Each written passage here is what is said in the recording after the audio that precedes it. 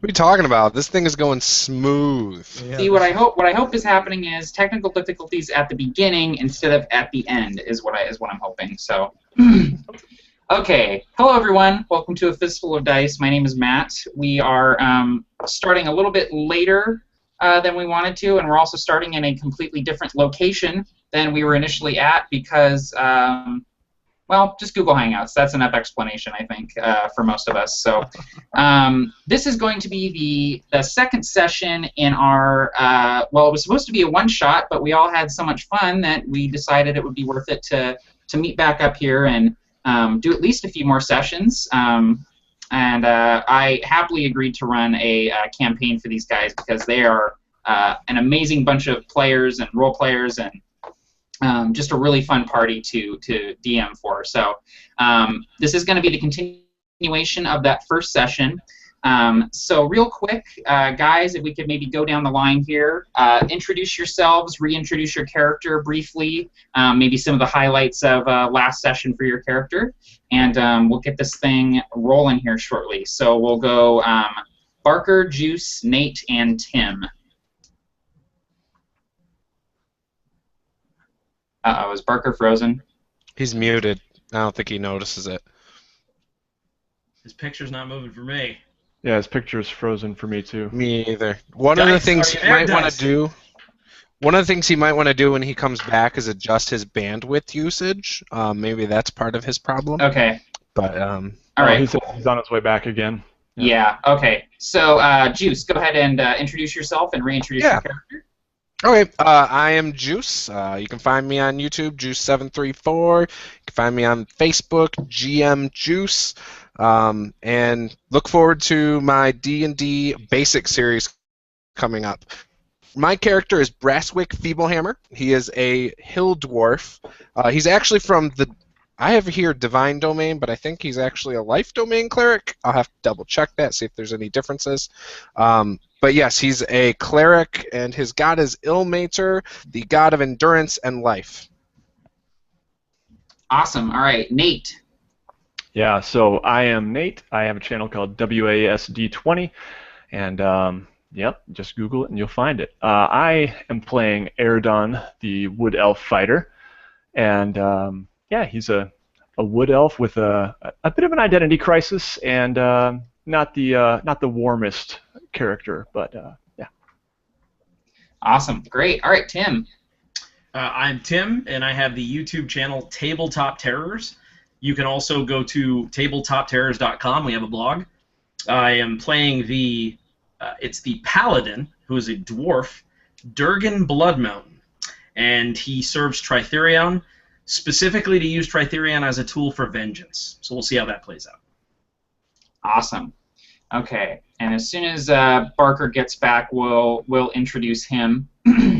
But do any of you guys want to potentially give a brief recap of last session? And if not, I can go ahead and do it, but I always like to give players the option of doing so. I could. All right, Nate, go for it. All right, so correct me where I go wrong here, but we met in a tavern.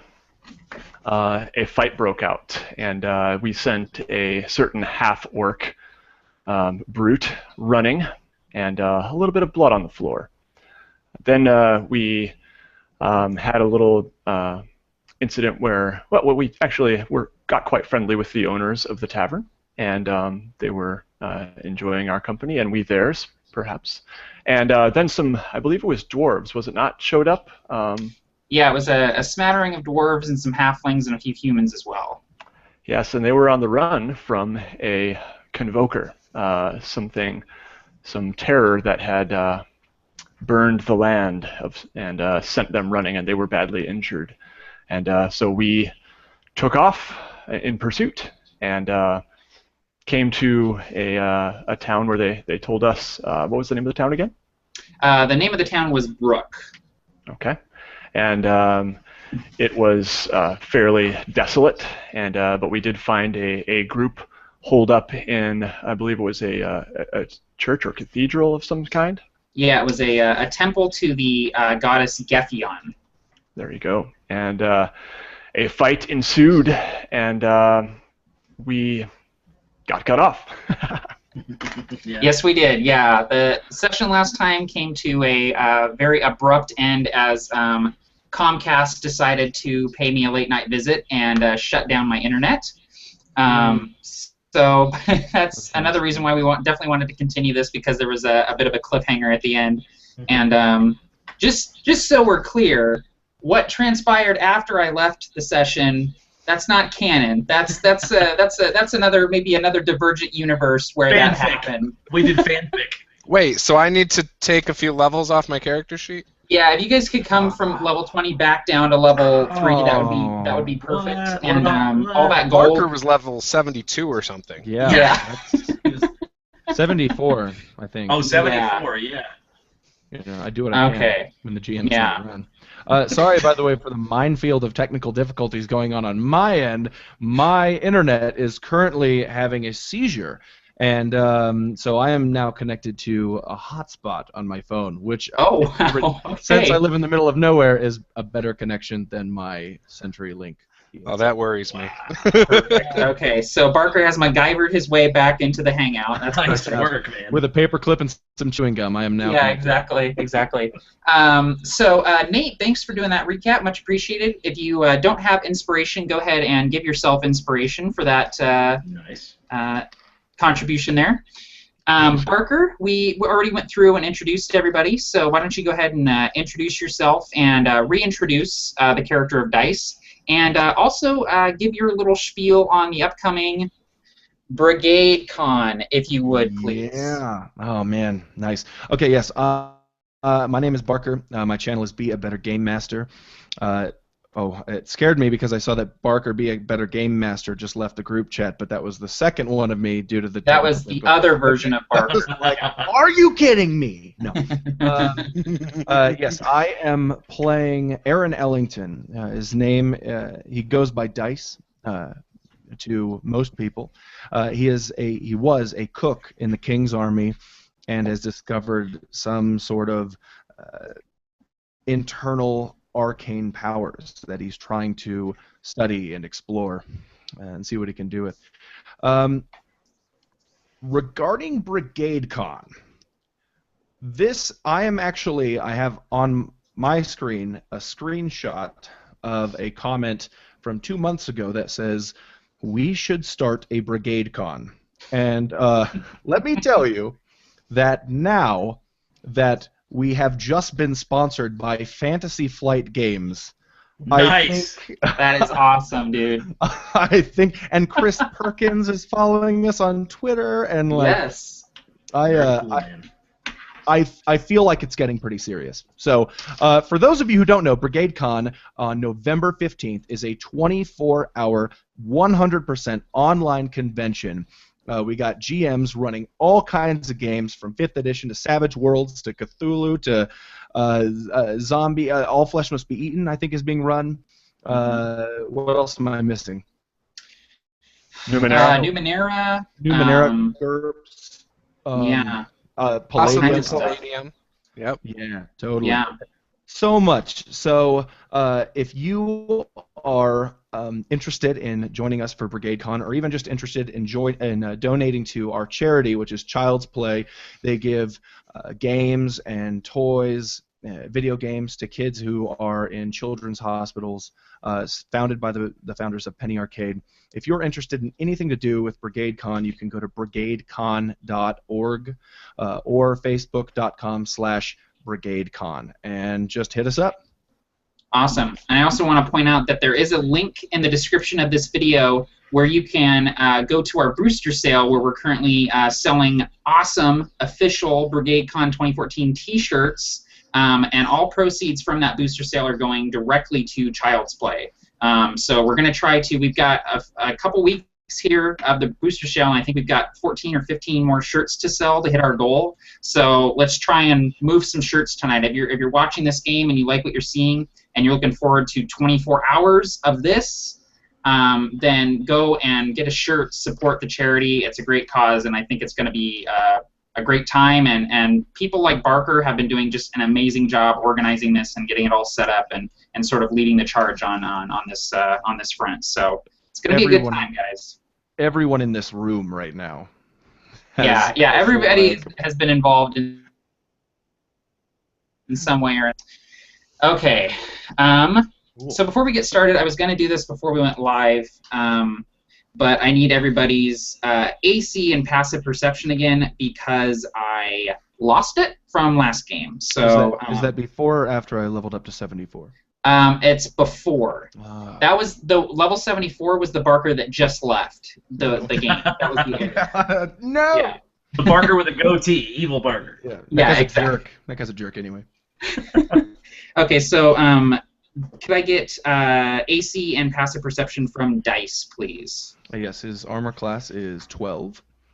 His Okay. passive wisdom perception is 10. That's right. I remember those big numbers. Yeah. Okay. Total power gamer up in here. Yeah. And then, Juice, what about Brasswick? AC and passive perception. AC 16 without shield, 18 with. Most of the time with, obviously. And then 14 for passive wisdom. Okay. Nate, how about Erdon? Yep, so I've got 16 armor class, and but I will probably be busting out my shield one of these days, and that'll be 18. Okay. And then 14 passive wisdom. Okay. And finally, Tim with Durgan. What we got for AC and passive perception? AC is 17, passive perception is 11. And I don't know if it matters, but when we were in combat, I am down to 16 hit points. 16 hit points. One critical hit away from an early grave for Durgan. From 5th edition death, yes. Yeah, that Yes. stinks, dude. Yeah. We only had a healer in the group. What an honest. I actually took that damage tumbling to use my lay on hands on Dice because he was getting murked by that guy with the flaming sword. That's right. It was a super epic moment. I think I was engaged with someone. Oh, Yeah, congratulations! On that note, let me So dumb. let me set the scene here because we literally the game ended in the middle of an encounter, not just the middle of an encounter, but the middle of somebody's turn as they were about to do something awesome. So what has happened is the Provokers here, Dice, Brasswick, Erdon, and Durgan, have entered into a combat with some Gevalt raiders, these barbaric, savage men with giant blood who roam the wilds of the south. The Provokers have entered into a combat with these people, and they've actually downed a few of them, including their leader, a giant mohawked man who sword caught on fire and was so awesome that he decided he didn't need to drop it. He was just going to keep holding on to it.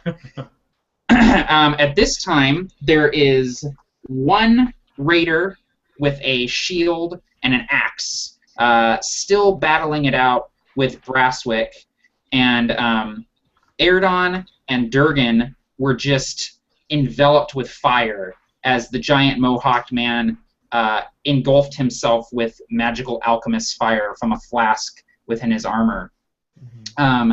Dice had just charged through the doors of the church and was preparing to fire a spell off. I believe at a bald woman carrying a staff on the other side of the church who has been slinging spells the entire combat. So unless I am incorrect, I believe initiative order was we were going with Dice, and then it was Erdon, Brasswick, and Durgan. Does that sound correct? Sounds right to me. Sure. Okay, cool. So that's the initiative we're going to stick with for the remainder of this combat, and then we'll re-roll at the beginning of the next one. So, Dice, you're running through the door. What would you like to do? I'm going to run directly up to that bald or shaved headed wizard woman. Mm-hmm. And going through my mind is that same fight right back at the bar, at the Watchtower bar. My hands are starting to frost over with this freezing energy, and I just attempt to tackle her with this ray of frost-ridden palms. Okay. So how would you do that if I am trying to hit her while maybe bringing her to ground? So what I will have you do is, as you're casting the spell, you're going to be attempting to charge into her, So go ahead and give me the attack as normal at disadvantage, since you're trying to be fancy with it. For sure. And also give me a strength check to try and topple her over while dealing damage with the spell. Okay, no problem. First, the attack would be a ranged spell attack. So that would be, the first roll is a 22. Yes, that's, but I have disadvantage, so the actual roll will be a 12. A 12 is a hit. Go ahead and roll your strength to see if you bowl her over and deal damage. Awesome. Nice. That is an 11. An 11 strength, okay. All right. Why don't you go ahead and describe to us what this looks like as you successfully cast your spell and then bowl this woman over with your ice-ridden hands? This looks incredibly clumsy, because my newly found powers have given me this essence of pride, and pride cometh haughty before a fall, and I'm sprinting at her and freeze the meat, and I just jump and I grasp her by the throat and attempt to bring her down while this freezing energy is hopefully flowing through her. Perfect. So go ahead and roll for your damage. Okay. With the frost spell there. Yes. Oh, yep. Yay for all the glorious cinematic description. Yeah. I'll pause while I roll my damage. That is a 7. Yep, that's a 7. And 7, her okay. speed is reduced by 10 feet until the start of next turn. Okay. And she is also being knocked prone. So she kind of has this look of shock on her face as you seemingly a magic user are running towards her, screaming, and as your hands get blue and cold, just bowl her over and blast her with frost energy. I have a question. I believe I cast Bless last time we were playing. You did, yeah. I don't know how long that lasts, but it is a 1d4 on all strikes. Yeah, I'm pretty sure that lasts long enough where it would pretty much be active at this combat. So, Okay. yeah, make sure D20 rolls, attacks and saving throws, I believe, get an extra D4. Yes. Okay, cool. All right. Dice, that was awesome. Erdon, you're up. So you have just been doused with flame. It wasn't enough to light you on fire or immolate you, but you've definitely been pretty badly burned by that alchemist fire that erupted from this guy as he essentially suicide bombed himself right in front of you. All right, so I kind of gather my wits for a moment, and I'm going to turn to and turn around and kind of wipe the soot from my eyes, and I see my friend Feeblehammer, and I'm going to rush to his aid at this time with my long sword pointed at the target. Okay. And I miss. 8. Okay. Yeah, so the raider hears you approaching and manages to turn and block your sword with his wooden shield. Okay, Brasswick. All right. I'm going to turn to my friend who just joined me and say, "Nice attempt, lad. I'm swinging my axe, and I'm going to show you how it's done." I swing, and I come down with a 10. So he manages to block your axe, I believe is what you have. Yes, battle he axe. manages to hook your battle axe with his own axe and turn it aside. So you boast a little bit to Erdon, but then get similarly deflected. Can I disengage too now that I have a buddy here to help me out? So the attack was your action. Yes. Disengage is also an action, so you can move, Oh, is it? but you take opportunity attack, yeah. Okay, never mind then. Okay, cool. Okay, Durgan. So the person that we were fighting, the person who was holding the flaming sword, he's the one who suicide bombed himself, right? Yeah, he's the one who crushed the alchemist's fire in his hand as he died. So he's sort of slumped over in a heap, obviously, if not dead, quickly on his way there, and his sword has sort of clattered beside him as he dies. Okay. Would I be able to tell from glancing behind me which one of my allies would be in the most danger? I don't know if that would be like a perception check, or could I even do that? Well, with a quick glance, you, since all of this is sort of happening simultaneously, as you're turning, you see Dice charging past you, screaming, with ice sort of flowing out of his hands, and he bowls right into the bald-robed woman. So probably Dice. Okay. So then what I would do is I would probably run to his aid, and while I was doing that, I would mumble under my breath, "He's always trying to freeze the meat!" And so if he has managed to get her to the ground, I would probably hit her while she was down. Mm-hmm. It's, I don't know if that's something that I would have to take a disadvantage to not hit him or what have you, but I would probably try to just help him in any way I could. So he managed to bowl her over without going down himself. He kind of just put his hands and shoulders into her and sent her sprawling onto the ground. So if you're going to charge up and hit her, she's actually prone, so I'm going to go ahead and give you advantage on your attack against her. Great. And what I would do specifically, if he wasn't in direct danger, I'd probably try to kneecap her. Just bust the knee wide open, but still keep her, alive, if not awake. So. Okay, cool. Noted. Let's see what happens. 14? 14 is a hit. Nice. And I've got a maul, which does 2d6. 10 damage? 10 damage. You shatter her leg entirely. She's not getting up again, and she's laying on the ground. You see she's got frost burns kind of on her torso and face where Dice has collided with her, and she reaches down to her completely just liquefied leg and is just screaming in pain. Seeing this, the remaining raider kind of takes a cursory look around. He's got his shield up against one sword. He's got his axe against another axe. And he looks, he sees that his leader is down. He sees that his shaman is down. And he instantly drops his axe and raises his hands and drops to his knees in surrender. So we are out of combat. You guys may act in any order you so choose.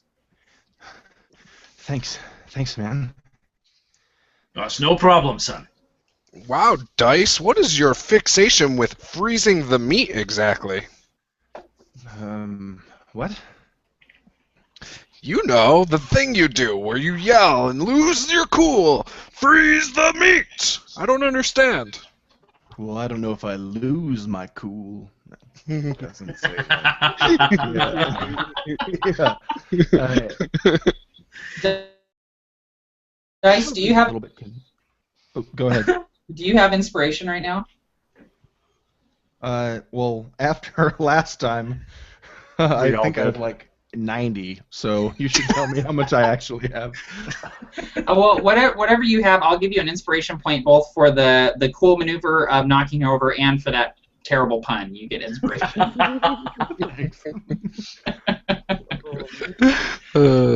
right, Erdon is holding his long sword to the throat of this fellow who's just raising his hands. Okay, cool. Yeah, he's got nowhere to run. You've pretty much got him on lockdown. He's sort of got some fear on his face as he realizes that he's probably not long for this world. These are the type of people that aren't really used to being taken prisoner. They're usually dealt with pretty severely. So the bald-headed woman is kind of whimpering as she holds the mangled mess that used to be her leg, and she kind of looks up at Durgan and spits at his feet, and she says, "Dirty dwarven savage." I would look down at her and I'd say, "If you cooperate, I'll heal the leg, and we might let you live. She seems to contemplate this for a second, and she looks over at the smoldering mass that used to be the mohawked man, and she nods once and says, "Why are you here? What care do you have for this tiny village?" We've come here because innocents have been harmed. They've come to us for aid. If you stand in the way of this aid, you will also be harmed. But if you help us, we might just let you live. If you let me live, I will not be long for this world anyway. He will come, he will know I have betrayed him, and he will kill me in worse ways than you can imagine. Wait. Who's he? And she kind of looks up, and she's looking through the sort of open portions of the ceiling where it's collapsed in, almost as if she's searching the sky, and she says, "The Corruptor."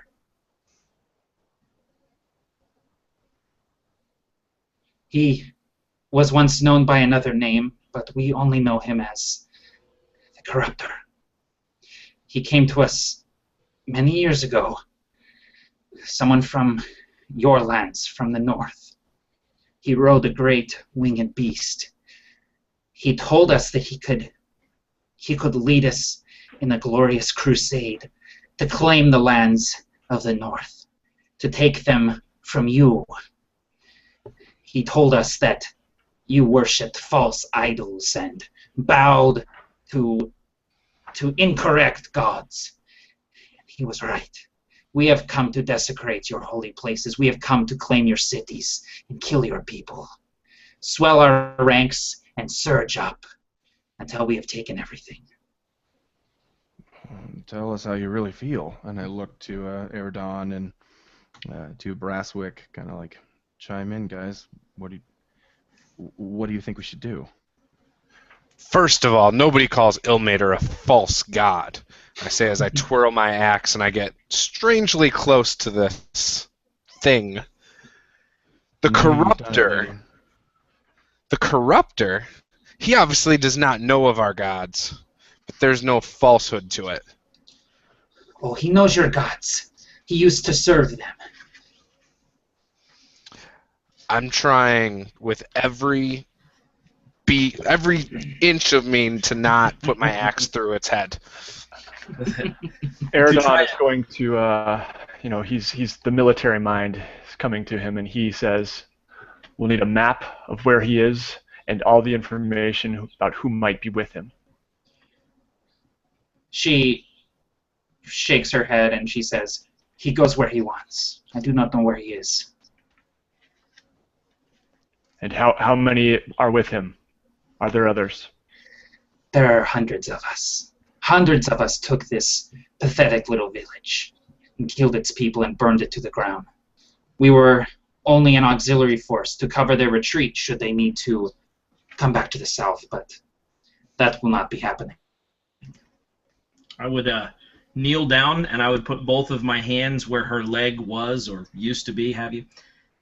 And I would apply slight pressure, not to be sadistic, but to say, you've still not helped us. But if you do, we will keep our word.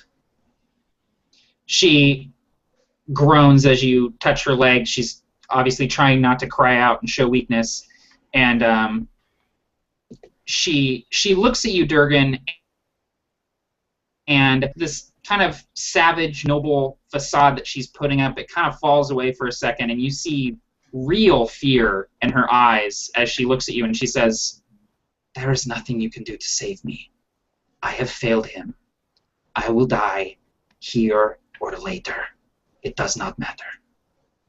You can always repent and come to Ilmater. Just acknowledge his existence, and we can save you. You have just killed my people, ruined, made me a cripple. Why would I come to your gods? For forgiveness, obviously. Serve the god of life. I seek no forgiveness, and I will receive none. I say, never mind the gods. Give us something we can use. Aye. A location. Anything. Maybe we can protect you from him, because nothing survived the taste of my hammer yet, and I don't plan on that starting now. It's true. I've seen it. Vastly outnumbered and sort of seeing everyone sort of willing to intimidate and strong armor, you see her shoulders slump in defeat, and she says, "I will tell you everything I know, but he doesn't confide in us. He goes where he goes, does what he pleases. There are three forces of tribesmen. Once we were many tribes, but now we are one, united under the Corruptor's banner. He leads us on the back of his winged beast, directing our movements, teaching us strategies, tactics, the ways of the North, the best ways to defeat your armored minions. We've been surging northward for several months now as we go. Our goal right now is to move through the Broken Pass and take the city of Falhast. We shall be there in less than a month." I would go ahead and my hands would glow with a reddish golden light, and I am actually going to cast Cure Wounds on her. Okay. And so basically the way that it works is I couldn't find it in the spell list. Maybe I can't spell, but I was looking for Cure Wounds, and oh, here it is. Yeah, I opened right to it. It was that I couldn't spell. Oh, okay, perfect. Cool. A creature I touch regains a number of hit points equal 1d8 plus my spellcasting ability modifier, which at this point, my spellcasting ability modifier is 4. Okay, great. So I'll go ahead and roll that now, yes? Yeah, go for it. So she gets 8 hit points back. Perfect. So as your kind of reddish gold light emits from your hands, you see the kind of the mangled bones of her leg, and it all just sort of starts to stitch back together, and it still is kind of crooked and at an odd angle. Obviously, she's not going to be walking without a limp from now on, but she's no longer bleeding out, and she has a limb to stand on at this point. And as you do this, initially she flinches away from the magic as it starts to emit from your hands, but as her leg starts to mend, she sort of eases a little bit, and she nods to you, and she says, I was told that the men of the North were savage people, that you worshipped false gods and practiced dark magics, but I see now that maybe that is not true of all of you. That's what I've been trying to say this whole time! She kind of nods towards the statue at the other end of the temple, which is a statue of Gefion that has been sort of desecrated, and it has graffiti on it and sort of blood scrawled on it. And she says, "The Corruptor told us that there were rooms beneath this temple, rooms that held a relic important to this god. To gain access and find the relic and destroy it. We could not find a way in." Well, we boys, should what do go you of say this we can gentleman? find? We must do it. protect this relic. Yeah, and you guys remember that Turl, the hill dwarf that was leading the band of refugees, had told you that there was a relic here that was really, really important to the people of Brook, and that if they were to have it, they might be able to start over somewhere else and rebuild Brook in a safer location. Okay. It was an orc, right? This female? No, it was a human, but she definitely had a little bit of maybe some giant blood in her. She's really large and sort of weird proportions to her body and face. So, what do you guys say we do with her now? Do we just get her out of here and Do I see an arcane focus that she might be holding or have on her person? The staff that she was holding is sitting a few feet away. I would be approaching it, taking more of an interest into it to see what it's made of and what power it might hold in and of itself. Yeah, the staff itself, it does appear to be an arcane focus. It's a staff made of a branch of a yew tree. It's kind of a gnarled, well-worn staff. Obviously, it's been in her care for a good number of years. And there's some kind of strange runes sort of etched along it. And as you approach it, she definitely tenses up a little bit, being a little bit protective of the focus, obviously. Okay, I would attempt to perhaps maybe lean it towards me and take a closer look, and then either, I don't know, just kind of hand it over to her in a very casual way and just say, where did you get that? It was my mother's. Use it for use it for some better things, you know. She takes it and she says, "For now, I'm going to use it to stand up," and helps her get herself up on her bad leg. And you see she winces as she puts weight on the leg and kind of favors her other leg, and says, "I don't have much strength left to be casting spells anyway." Durgan would definitely help her up. I would extend a hand and I would say, "We men of the North, we are savage. Savage in battle, but loyal till the end." She kind of flinches away from you at first and then accepts the help and simply nods once to you. And she looks to her companion, who's still sitting there with his hands kind of raised. Airden's not that far away with his long sword, so he's not going to try anything. And she looks to him and then looks back to you guys, and she says, "What is to become of us, then? What will you do with us?" I would probably look at Erdan. Say, "Any ideas, lad? You're the military mind." I'm going to lower my sword, and I don't really consider this woman a threat anymore, but I'm going to lower my sword and say, "He comes with us as we search for this relic. Leave her here."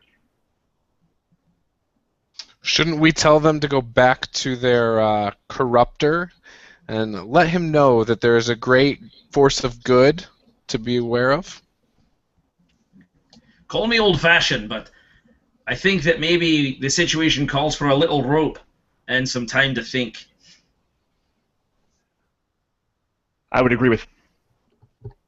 And I'm going to pull out a rope out of my bag, and I'm going to begin to tie this man's arms. I'm not tying his legs, just his arms. Yeah, he doesn't resist. You easily tie him up and bind him nice and tight. He readily gives up his shield, any weapons he has on him, and kicks his axe away from him. All right. The woman, she is, even though she's been healed, she doesn't look like much of a threat to any of you. And Dice, being an arcane magic user, looking at her, you know she's got no juice left. She's got no juice left. Hey! Take an inspiration. Yeah, she's running on empty. So one inspiration, perfect. Was it? Okay. And I would actually. Wait, no, never mind. Oh wait, yeah, hold on. I would address Brasswick and I would say, "Fellow dwarf, I'm no coward, but I've learned not to go at my enemy's doorstep and let him know I'm coming after him either." I just want to make sure we're not going to leave them here tied up, that's all. Besides, I'm not afraid of any corruptor. Let's give him a little bit of water and have him hang tight for a bit while we search the basement. Sounds like a great plan. Well said.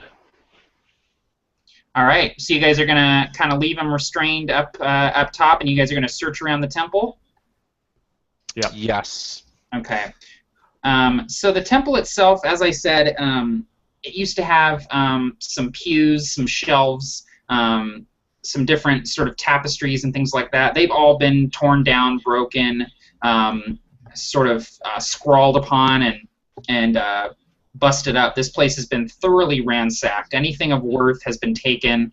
The one thing that stands out to all of you is the statue of Gefion. It's standing at the other end of the temple, surrounded by what was once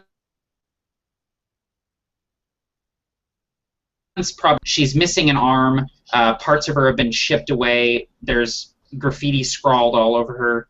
But at one time, she probably struck a pretty impressive pose there at the end of the temple. A very simple-looking goddess, one that carries a sickle and a shovel and is wearing very simple clothes, but is beautiful nonetheless in a sort of like pleasant girl next door kind of way. You know, the atypical farmer girl in goddess form. And that definitely draws your guys' attention, and there's also plenty of rubble and debris to be searched through. So how would you guys like to proceed? I would like to advance, and using my stone cunning ability, which gives me a double proficiency, intelligence history checks on stone, see if I notice anything particular about the statue that just might seem a little off. Yeah, why don't you go ahead and give me that roll? Yep, I rolled a 16. 16, okay.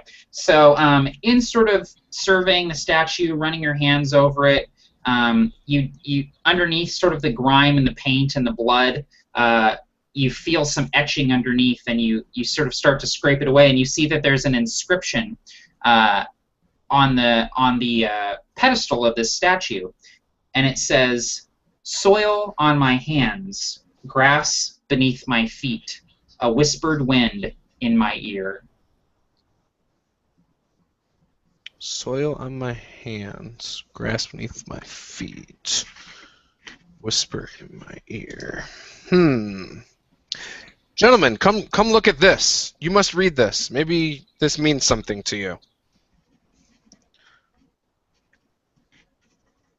Soil. I would definitely go over there. Yeah, I approach and I said, "It seems too simple. We get some dirt, some grass, and somebody blows in her ear." Well, she's kind of cute. I'll blow in her ear. What would Ilmater think about that, lad? Well, I'm sure he understands. A man's got his needs. I'm sure he would. Hey, he is the god of endurance. So, is anyone actually going to go? I'll try to grab some grass, some soil from outside, and Yeah, you head outside, and you actually have to walk a little ways to find some grass that isn't dry, brittle, charred grass, but you do manage to find a good clump of it, and a good handful of soil as well. Okay, I would bring that back and I would hold it up, a clump in each hand, and I would say to the group, "I'm not blowing in her ear." I'll get up there and I'll say, "My lady, we have soil on your hands and grass under your feet now." So I would put I would try to follow the instructions. I'd put some soil on each one of her hands that are there, kind of, with a paladin's care, 2 fingers trying to kind of priestly in a way. And then also the grass, I would kind of strew it about, and then get to blowing, lad. I'm not much for blowing, but okay. See what I can do. So Brasswick, you speak some sweet nothings in the statue's ear. Of course. And as you do so, there's a slight rumble, and you feel a vibration beneath your feet. And what appears to be a spiral staircase opens up beneath your feet, and a couple of you actually have to kind of shimmy out of the way to keep from tumbling down the stairs as they open up. And it goes down, down, down, and then... And there before you, set into the floor of this temple, is a stone spiraling staircase leading down into the darkness. I still got it. Let's go, gentlemen. Well done, lads. What could go wrong? Down I we would, go. I would ask, does anyone have a torch? Yeah, it is fairly dark down there, and I know we've got. Well, wait. Does everyone have dark vision? I do. I do. Half elves. Do we roll in the dark vision?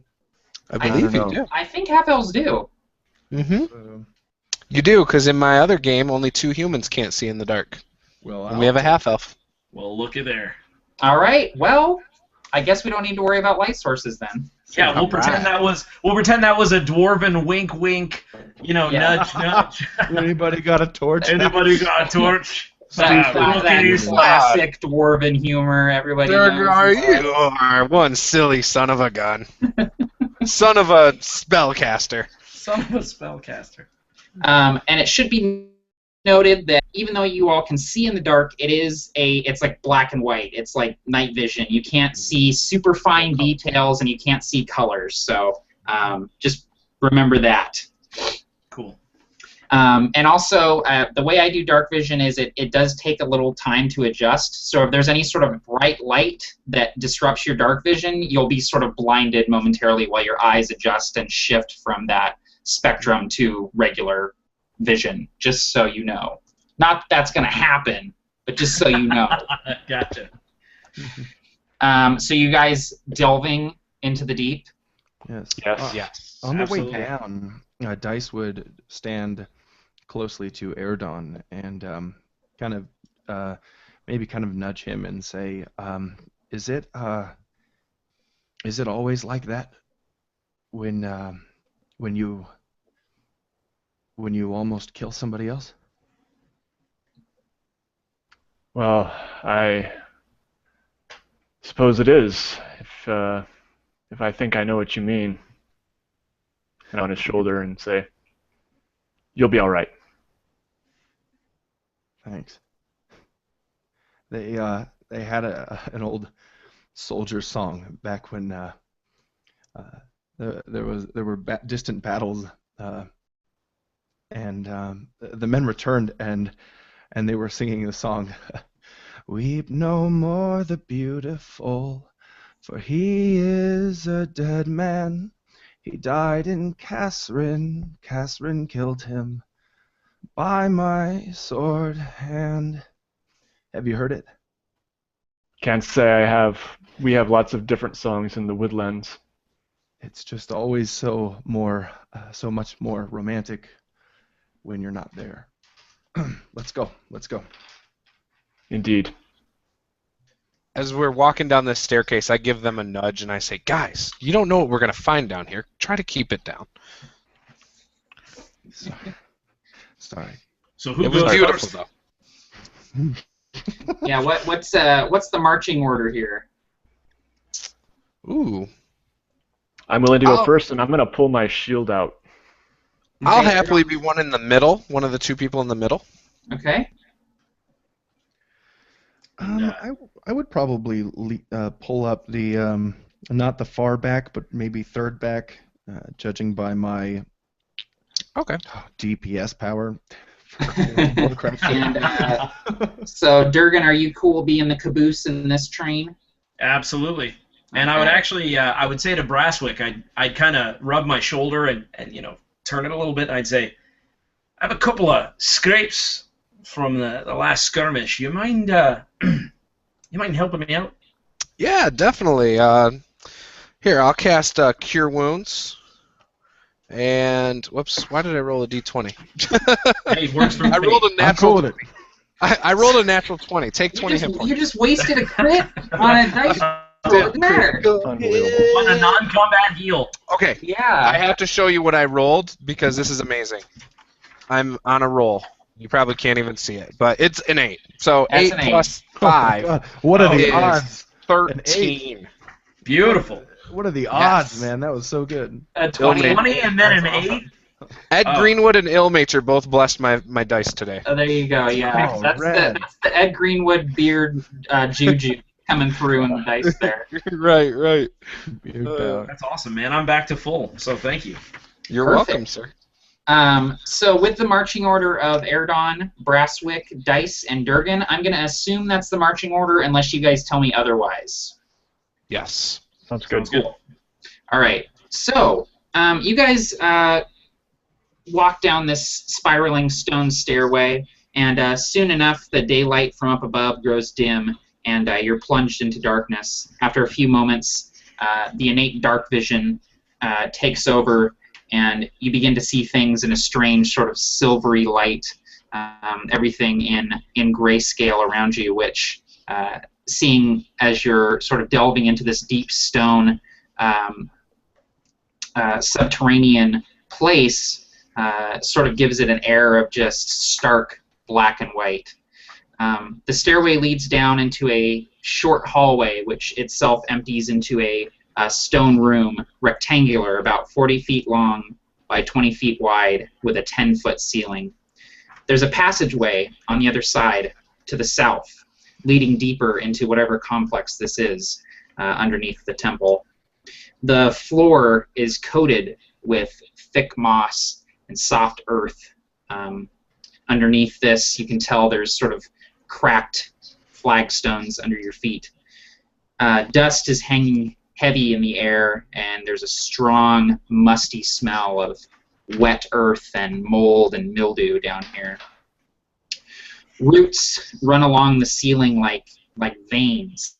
All of these trees that are growing up around the temple and farther south of Brook have sort of spread their roots down into this space and begun snaking along the ceiling. In this room, there are 4 ovular alcoves, 2 on each side, and with your dark vision you can make out strange lilting sort of stick-like shapes, vaguely humanoid, occupying each of these alcoves. What would you guys like to do?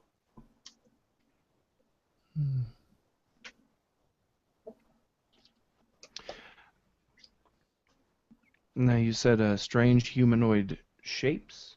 Yeah, vaguely humanoid shapes. Definitely not anything alive. They're not moving in any way, and they definitely don't appear to be natural.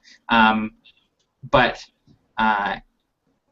as your vision further adjusts to the dark, and if you kind of sneak a closer look, you see that they may be scarecrows of some kind occupying these alcoves, and they appear to be just your typical scarecrows that farmers stick out on their fields, but obviously they are important enough to the people of Brook to warrant being entombed, for lack of a better word, down here in this temple complex to Gefion. And I would sneak a closer look to whichever one would be closest to me, and I say, are they all the same, guys? Kind of lean out and kind of look around. They all look a little bit different from each other. No distinct differences that stick out to you, but they may be 4 scarecrows that were made by 4 different farmers. They're all vaguely humanoid in shape, but some of them have different objects serving as their heads and their hands, and different sort of ragged clothing draped over their frames. Can I make a knowledge religion check to see if this is pretty common for a crypt like this? Yeah, go for it. Yeah, no. 3. Yeah, no. Yeah, it seems kind of weird to you, Brasswick. Okay. I mean, obviously, Gefion is a goddess of farming and agriculture and the harvest and renewal, but sort of weird that these people would revere scarecrows enough to put them down here. Mm-hmm. Guys, they're probably just trying to use some of their farming tactics to keep us from coming down here. It's probably nothing. It's a little weird, but it's probably nothing. Yeah, I mean, it looks like a plain scarecrow to me, just like back home. And I kind of shake it a little bit by the shoulder. Yeah, as you do so, it kind of jostles around and leans back on in its alcove. I failed my self-provided intelligence check, or wisdom check rather. So, I would absolutely go up behind Dice and I would try to. I have a terrible move silently or stealth, but I would go, boo, in his ear. Oh my gosh! Unbelievable! Unbelievable! Oh man! Ah, children. Yeah. If you can't have a little fun, you know. Exactly. So So there's what now? Yeah, there's the 4 scarecrows in the alcove, and there's a passageway leading further south on the other side of the room. Eridon is going to go ahead. Oh, I was actually just going to ask if anyone else actually did have a torch, because this could be a place where seeing in color might help us. I have an explorer's pack, and whatever that. That does have torches. That Yeah, has a that torch. has torches. 3 or 5 10 or of them. something. 10, It's there you go. Costco special. They're all the same. Yeah, exactly. I love those packs. I love not having to Me shop too. for the little minutiae. I know, that's great. Yeah. They're awesome. Perfect. So I would definitely take out a torch and light it up for sure. Okay, so as Durgan lights his torch, you all are sort of momentarily blinded, you know, as if the sun, you just came out of a movie theater during a matinee and the sun is still out, you know, and you're kind of blinded and you're seeing white spots, and as your eyes sort of adjust and you blink, you're not sure, but you're almost positive the scarecrows moved a little bit closer. One of them is kind of leaning out of its alcove. The lights that played a weird trick on my eyes. It almost looks like they moved around a little bit. That's because I you don't were think that's a jostling trick. them. No, I Really? saw it too. Wait, really? Are you sure it wasn't because you touched it? I take a step back from the scarecrow and I'm gripping massive welts into my spellbook. And I walk forward and I'm just going to try to decapitate this thing. Okay. As you do so, light from beneath you guys flares up, a sickly kind of bluish, ice-cold light from beneath the moss and soil coating the floor.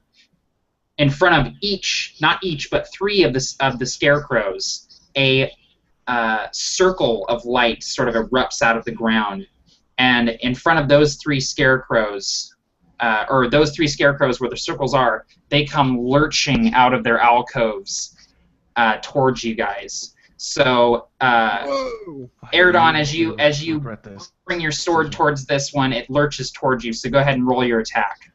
All right. 12. 12 is a hit. Go ahead and roll for damage. All right.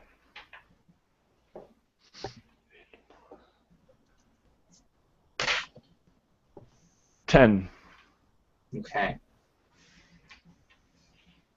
So you slice into this thing with your sword, and as you do, you definitely feel like you did some damage to it, but it was also like chopping at a tree with your sword. Like you dislodged some straw, cut into the wood a little bit, but otherwise it doesn't look like it's damaged in any way.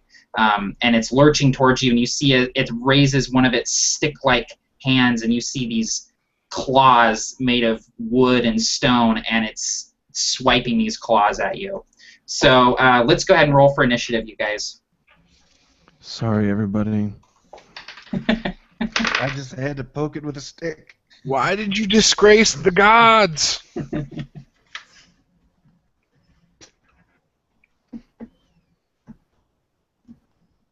Good answer for you. Do you want What it in any gods? particular order, or? So it works to have you guys just type it in the chat if you would. That works for me. Oh, sure. Sorry, I'm a noob. Here we go. No, that's all good. Oh, Nice wow. roll, Tim. Yeah, man. Go ahead and drop your microphone He now. was gonna just defer anyway. So Yeah. you know. So looks like the initiative is going to go Eridon, Dice, Brasswick, and Durgan.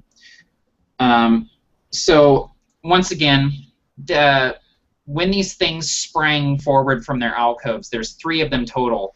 The 4th one is still and silent in its alcove, and there's no glowing circle in front of the alcove, and it's sort of odd to you guys. It seems odd that only 3 of these things would be lurching out of their alcoves. With their initiative of... They're going to go between Brasswick and Durgan. So, Erdon, you're up first. All right. I am a little disappointed in the damage I've done and realizing that this might not work so well. So, I, if I can, without provoking an opportunity attack, would like to take a 5 feet back, or is that not possible? Yeah, if you move out of its range, you provoke an opportunity attack. So you have to use a disengage action to not take an opportunity attack from these guys. Okay. Yeah, I suppose I will do that. I will disengage and move as far back as I can. Okay. Yeah. And okay, then, cool. Yeah, that's it for this turn. Okay. So Erdon moves back, disengages, and just for your guys' benefit, Erdon is standing in front of one of the scarecrows that came to life. Dice, your scarecrow came to life, and one of the ones on the other side of the room came to life. So the one in the top right corner is the one that has not come to life. It's still and silent in its alcove. And that brings us to Dice. You've got a scarecrow lurching out of the alcove in front of you, brandishing its horrible branch claws at you. I would, and I'm also sort of in this melee situation. You know what? Actually, the first thing I would do is to try to figure out what's going on. If I could make either an Arcana or a History check. Yes. Yeah. Give me an Arcana check if you would. And this won't take up your action. Okay, cool. That's a total of 20.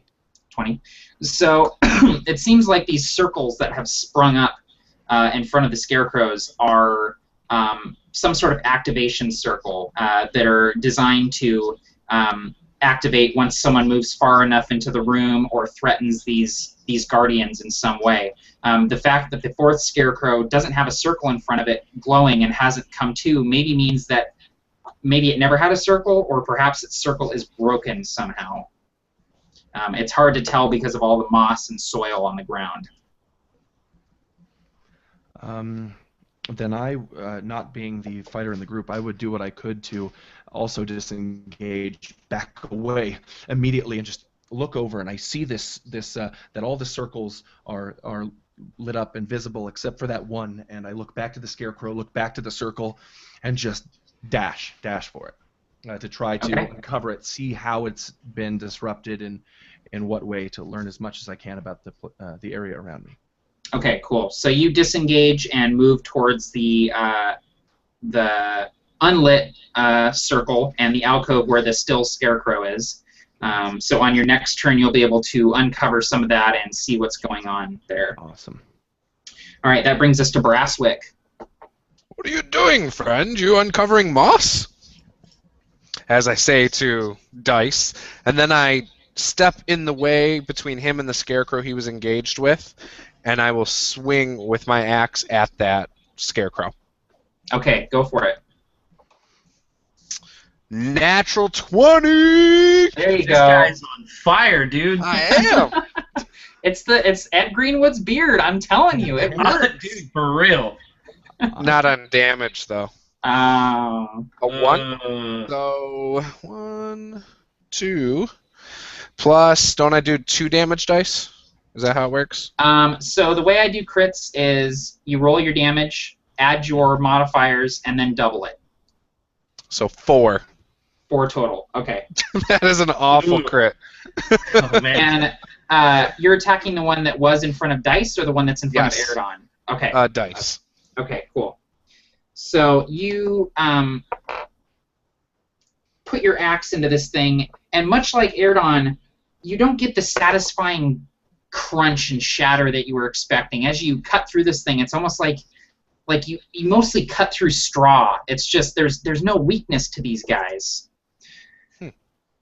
Okay, and that brings us to the scarecrows. So the one that you disengaged from, Erdon, is going to lurch out of its alcove towards you and swipe at you with its horrible claws.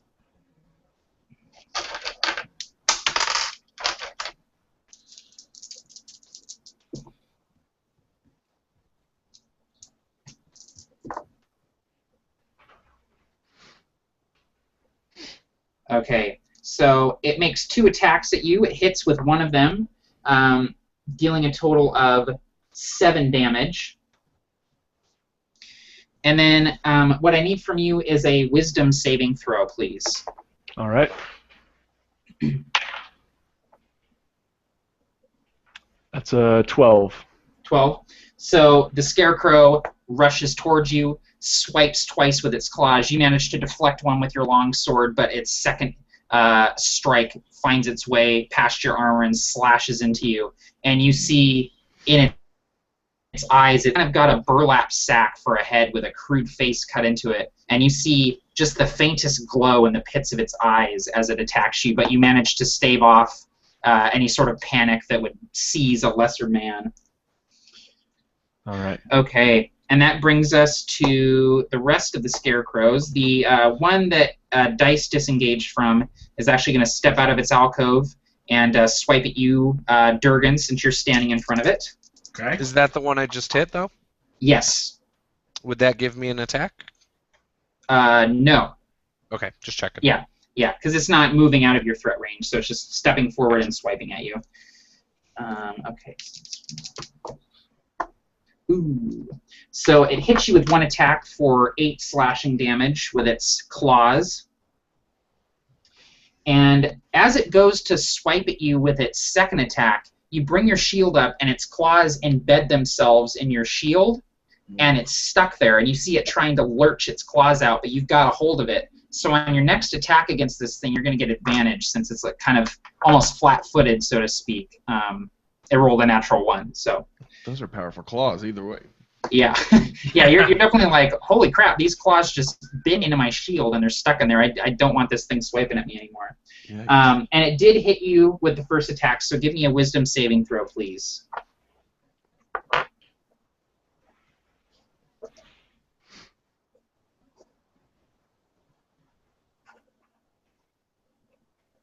Is he still there? Yeah, can you hear me? Durgan? Oh, sorry. Is it? I thought you were finishing. No, Brasswick, I need you to make a saving throw. Oh, me? Yeah. Oh, sorry. Yeah. I thought it's one Did of I him. say Durgan? Yeah, I Oh, thought so. That's why I thought I might get attacked. I'm sorry. I was like, and I'm thinking, wait. I was like, this whole time I thought that was you. I was like, Yeah, sorry. No, 11? it's okay. That's my fault. Okay, 11. I did the whole So, double take thinking you were talking to me just because that's what I do every time someone's like, Yeah. hello. I'm like, oh, crap. oh, wait, what? Again, you see the same thing Erdon saw, where this thing, you see kind of these glowing embers in the pits of its eyes, but you manage to shake it off and say it's just a scarecrow. It's just a scarecrow. Don't falter now. The third I took scarecrow. damage, correct? You did take 8 damage. Yeah. Okay, Yeah. okay. Just want to make sure. And the third scarecrow is stepping out of its alcove, and it is going to swipe at you, Durgan. And I mean Durgan this time. Gotcha. Oh, that's awesome. Okay.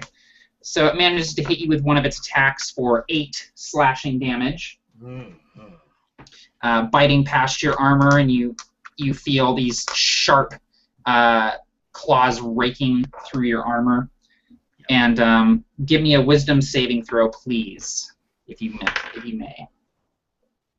17. 17. So you also managed to shake off any frightened any fear that would take hold of you as this thing rakes into you with its claws, and you see its eyes sort of glowing with hate at you. Nice. Okay, and that brings us to you, Durgan. So I have a torch in my hand, and I'm engaged with one of these.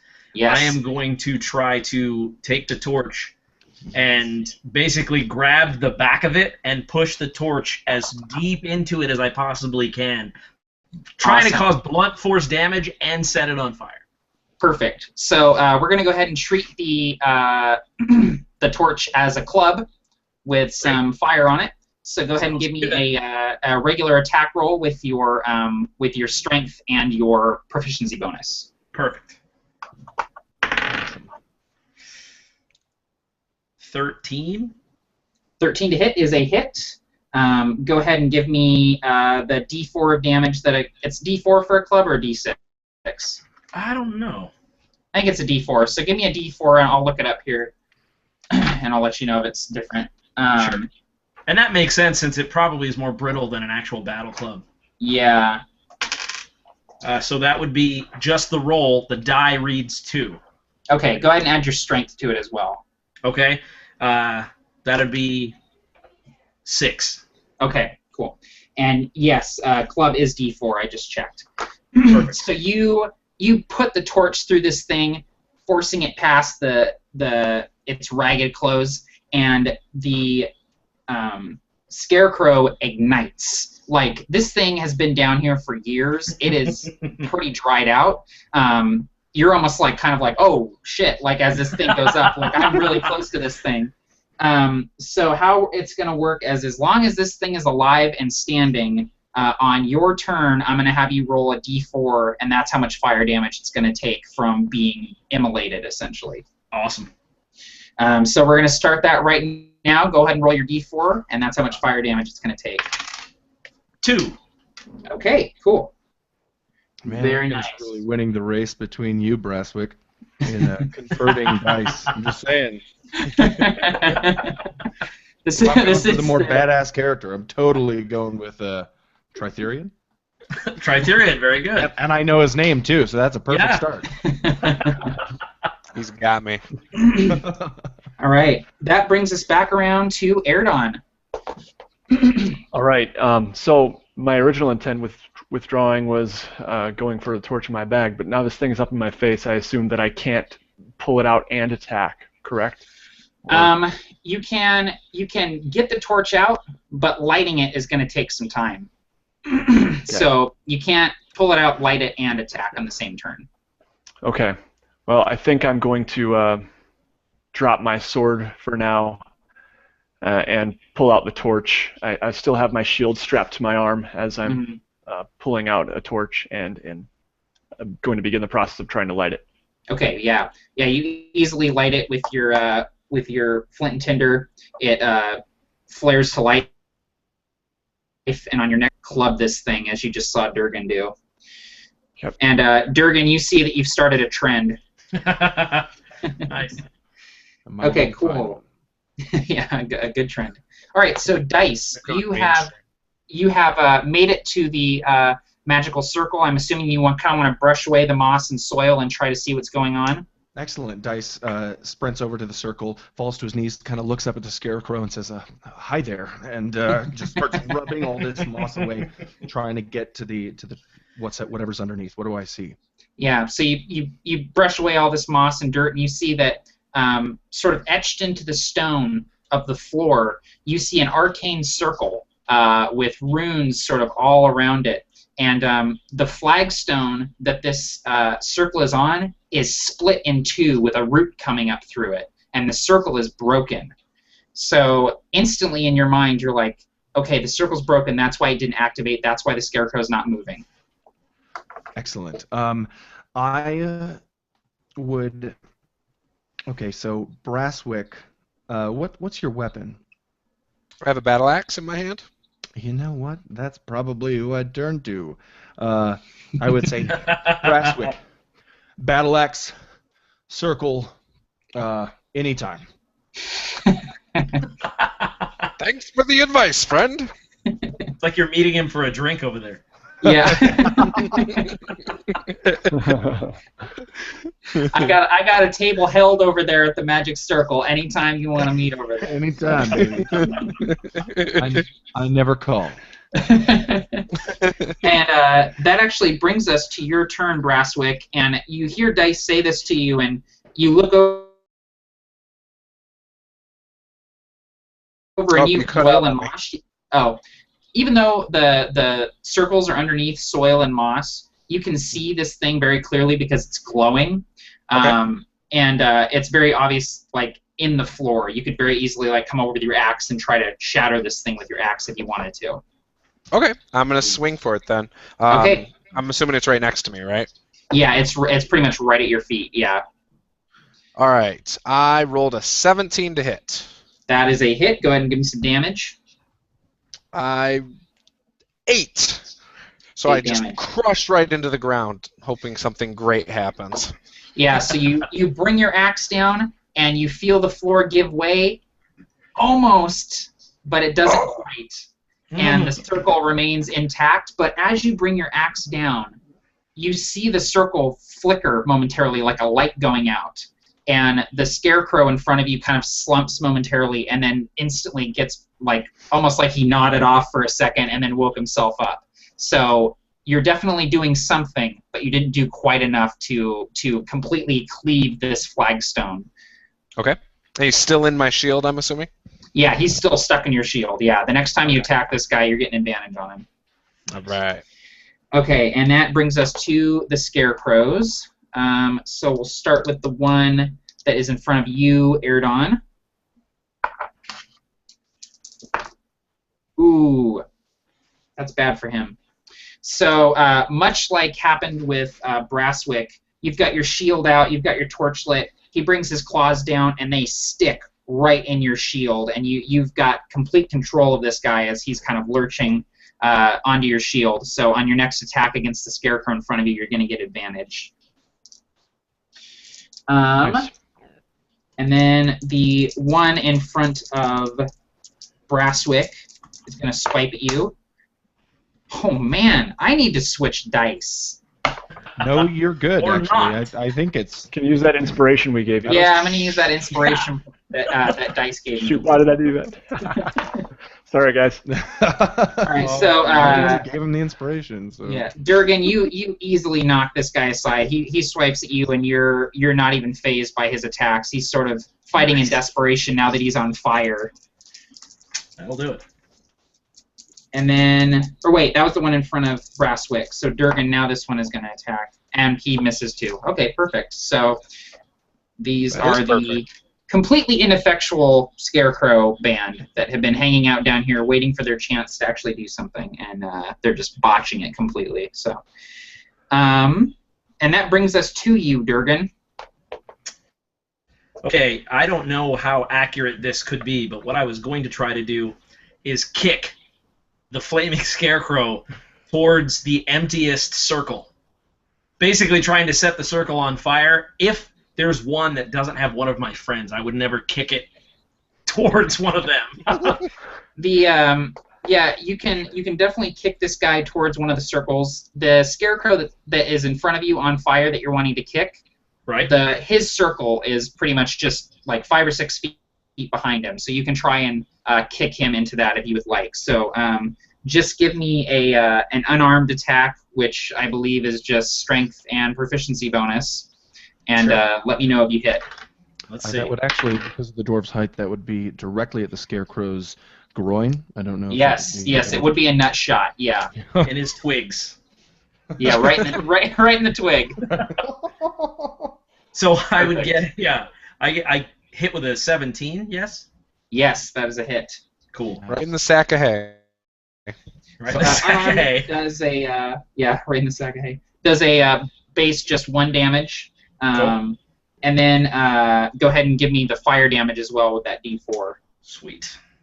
You're welcome to all the 34 people tuning in for penis jokes. That's it.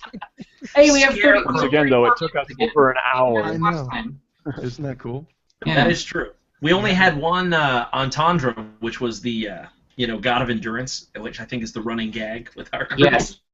Yeah, that's come up both sessions now. Yeah. Yeah. That's going to be That's my fault. a whopping 1 fire damage. 1 fire damage. Okay. So this thing topples backwards and sprawls against its magical circle. Nothing happens as it falls against the circle. It seems like the circle is pretty sturdy, etched into the floor, but you have knocked this thing over. It's not going to be attacking you anytime soon. Gotcha. Now, would this happen to set the moss on fire? I hate to bring that up, but yeah. The moss is pretty moist, but you see it start to smoke as he goes down. It's not gonna like go up in flames, but it's definitely like, if he lays there for a pretty long time, it's gonna catch fire. Good deal. I was hoping I didn't burn the room down. Yeah, the room is just an inferno at this point. Yeah, like, hey guys, we're here to protect this relic, and we're going to start by lighting everything on fire. Perfect. All right, so that brings us back around to Erdon. So you've got your torch lit.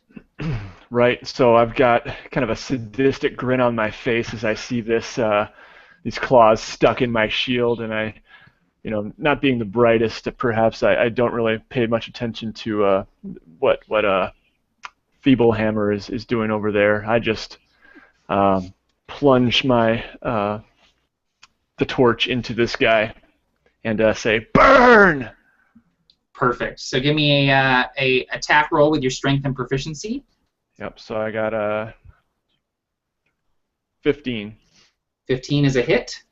Right. Give me a D4 damage plus your strength. Okay.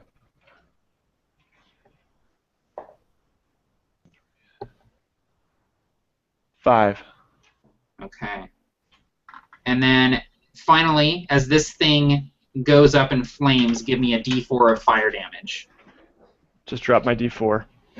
Sorry. That's the idea. Roll it, drop it, and then it has a number that comes up. I dropped it in the dark, so I do have dark vision. So, all right, I got a 3. Okay, perfect. So there are now 2 burning scarecrows in this room, so there is plenty of light for you guys to see by. You can see lots of details now. Okay, and that brings us back around to dice. Excellent. I would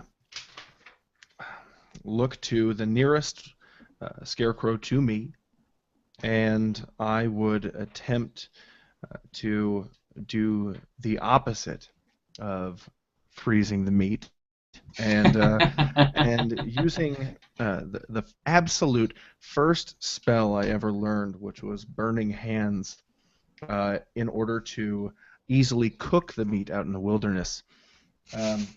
I would charge over at the scarecrow from the side, just holding my hands kind of like this, and you know what? There's no catchy phrase. I'm just going, ah! And I just bam right into him with my hands, and that each creature in a 15-foot cone, sorry guys, must make a dexterity saving throw, or take 3d6, half if they succeed on the save.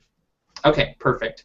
So the nearest scarecrow to you is the one engaged with Erdon, and as you're running towards him, you can see a way to point this cone where you're actually just barely missing Erdon and Brasswick. You can kind of like, they're gonna get a little singed, and Brasswick's definitely gonna feel like his ass is on fire, but you're not gonna hit them with it.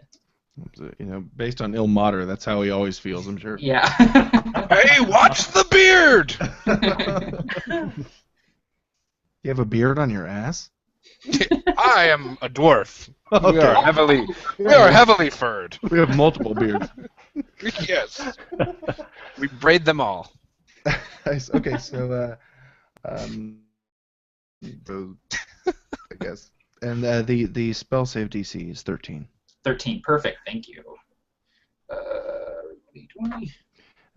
The overconfidence in my ability to actually harness magic as my own and mold the world as I see fit is really beginning to clearly infect Dice's brain. Excuse me.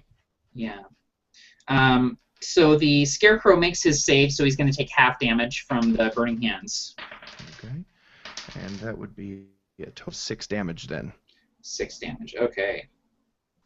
So, Erdon, you feel intense heat on the front of your face as this spell goes off, pretty much directly in front of you. And Brasswick, you feel like an inferno right at your back. It actually singes your ass a little bit as it roars past, and a huge gout of flame sort of shoots past you. Note to self: learn water spells. And that brings us to Brasswick's turn. All right, I'm going to swing again at this magic circle in the floor. Once again with my battle axe. 19. I love these dice. Man. Killing it. Yes. 9 damage. So as you bring your axe down on this flagstone, it absolutely just shatters into a dozen pieces, and there's a bright flash of light as the magic disengages and kind of explodes right in your face. There's sort of a sound, almost like something powering down, a kind of Music in my ears. The scarecrow behind you kind of slumps, goes to a knee, and then topples over in a useless heap of straw and sticks. Is that the one that I struck, or is that the other one? That is the other one. Of course. It's Yeah, the one you struck is the one in front of Eridon. Nice. So there are still 2 scarecrows active, one in front of Eridon on fire, and Break the circle! And one at the feet of Durgan, also on fire. So that takes us to the remaining scarecrow's turn. The one in front of you, Eridon, is going to swipe it wrenches its claws out of your shield and is going to swipe at you. All right. Nope. Yes. It manages to get past your defense as you try to block with the torch, and manages to cut you across the torso for 9 slashing damage. All right. And give me a wisdom saving throw, please. Yep. 13. 13. Even though this thing is on fire and you see the hollow pits of its eyes inside the burning inferno just boring into you, you still manage to steel yourself and stand your ground. You're like, I'm seeing this through the end. This thing can't scare me. Awesome. Okay. And that will bring us to the other scarecrow. He's going to attempt to stand up and swipe at you, Durgan, with his claws. All right. He does so, dealing 7 slashing damage as he kind of comes up off the floor and almost uppercuts with his claws, sort of swiping all the way up your torso and almost to your neck. You barely kind of dodge out of the way as his claws come up your throat. Nice. And give me a wisdom saving throw, please. Oh, I critically failed. Oh, so... So tell me about Ilmater. Yeah. Man, ruthless pulling for you. I critically failed. He doesn't worship Ilmater, remember? No, I was talking to you, Brasswick. Oh, well, I'm definitely Because I gonna be- failed. Because I failed. Yeah, so so Durgan, you're kind of stalking towards this thing. You feel like you've got it totally under control. You've got no issues here. This thing is on the ground. It's on fire, and it leaps up from the ground and swipes at you with its claws. And just something about the way that it's on fire, it almost looks like a skeletal corpse within the inferno as it gets to its feet and swipes at you. And the combination of the fire and its burning eyes, you can't bear to look at it anymore, and you actually take a step back, stumbling towards the wall, and you will be frightened until the end of this scarecrow's next turn, which means that you have disadvantage on pretty much all of your rolls, ability checks and attacks rolls, and you cannot move willingly closer to the scarecrow. Oh, wow. All right. Okay. Thankfully, it's right in front of you, so Yeah. you don't have to move towards it. But, and that actually brings us to your turn, Durgan. So what I will do is I will kind of shake for a second, catch my wits, because for a second, the face of the scarecrow looked like one of my loved ones who actually was killed. And so I kind of just saw for a quick second, like, whoa, but then I capture my wits, and then if I can, what I wanted to try to do is grab my hand axe from my belt and just swipe down at the circle if I can see any pieces of it. Yeah, absolutely. This thing is glowing pretty brightly, so you can easily see it. So Right. you draw out your hand axe. Go ahead and give me an attack roll at Okay. disadvantage since you're frightened. Disadvantage. So the first roll is a 15. Okay. Second roll is a 16, so it will be a 15. Perfect. You hit, no problem. Go ahead and give me damage. Perfect, which for a hand axe is a d6. So 10 damage. Damn, son. All right, so you bring your hand axe down onto this flagstone and split it asunder. As you do so, the same thing happens where a bright flash of light goes off in your face and you're kind of blinded for a second. You hear, and the scarecrow in front of you slumps and topples to the ground in a smoldering heap. And as he does so, you feel your heart kind of steady a little bit. You shake your head and you're no longer frightened. Awesome. And you kind of take a little bit of solace in the fact that I think that was a sort of magical effect he had on me. I'm not actually afraid. I'm not scared. I'm a brave dwarf. Nice, nice. Okay, so one scarecrow remains, and that is the one in front of you, Erdon. Your turn. All right. Before I forget, I keep forgetting. I am going to use my second wind ability to gain some hit points here because I'm hurting pretty bad actually. Good call. So that's 1d10 plus 3. Got a 6 plus 3 is 9. So take that. And then, am I within range of the circle for this fellow I'm engaged with, or would that put me at an opportunity attack to move away? You can very easily just kind of turn around, and you're within range of the circle. Okay. So I don't have my sword in my hand though, and I already used my bonus action to second wind. So I guess I'm gonna try to hit with my torch. Okay, go for it. All right. So I got a 5. No, I'm sorry. I got a 7. A 7. Okay. So you come down with this torch, and it just kind of bounces right off the stone. It doesn't even begin to do anything to it. All right. But give me a roll of a d4 because your scarecrow is still on fire. Yep. I got a 1. Okay. Man. Okay. Dice. Yes. I should be. Am I still grasping the scarecrow with my burning hands turned into just grasping claws? Yeah. You've still got your hands on it. And I'm just ripping the straw out of the scarecrow's body as much as I can from anywhere that I can, chucking handful after handful onto the floor around me. Okay. Go ahead and give me a unarmed attack. 16. 16 is a hit. Give me some damage. Now damage is a D4 half. Oh, unarmed is just a flat one. I'm sorry, I forgot. Okay. Is it plus strength modifier or no? Yes. So that would be a 2. Yes, okay. Ladies and gentlemen, I'm a wizard with a strength modifier. That's crazy. That's crazy, dog. Get off my lawn.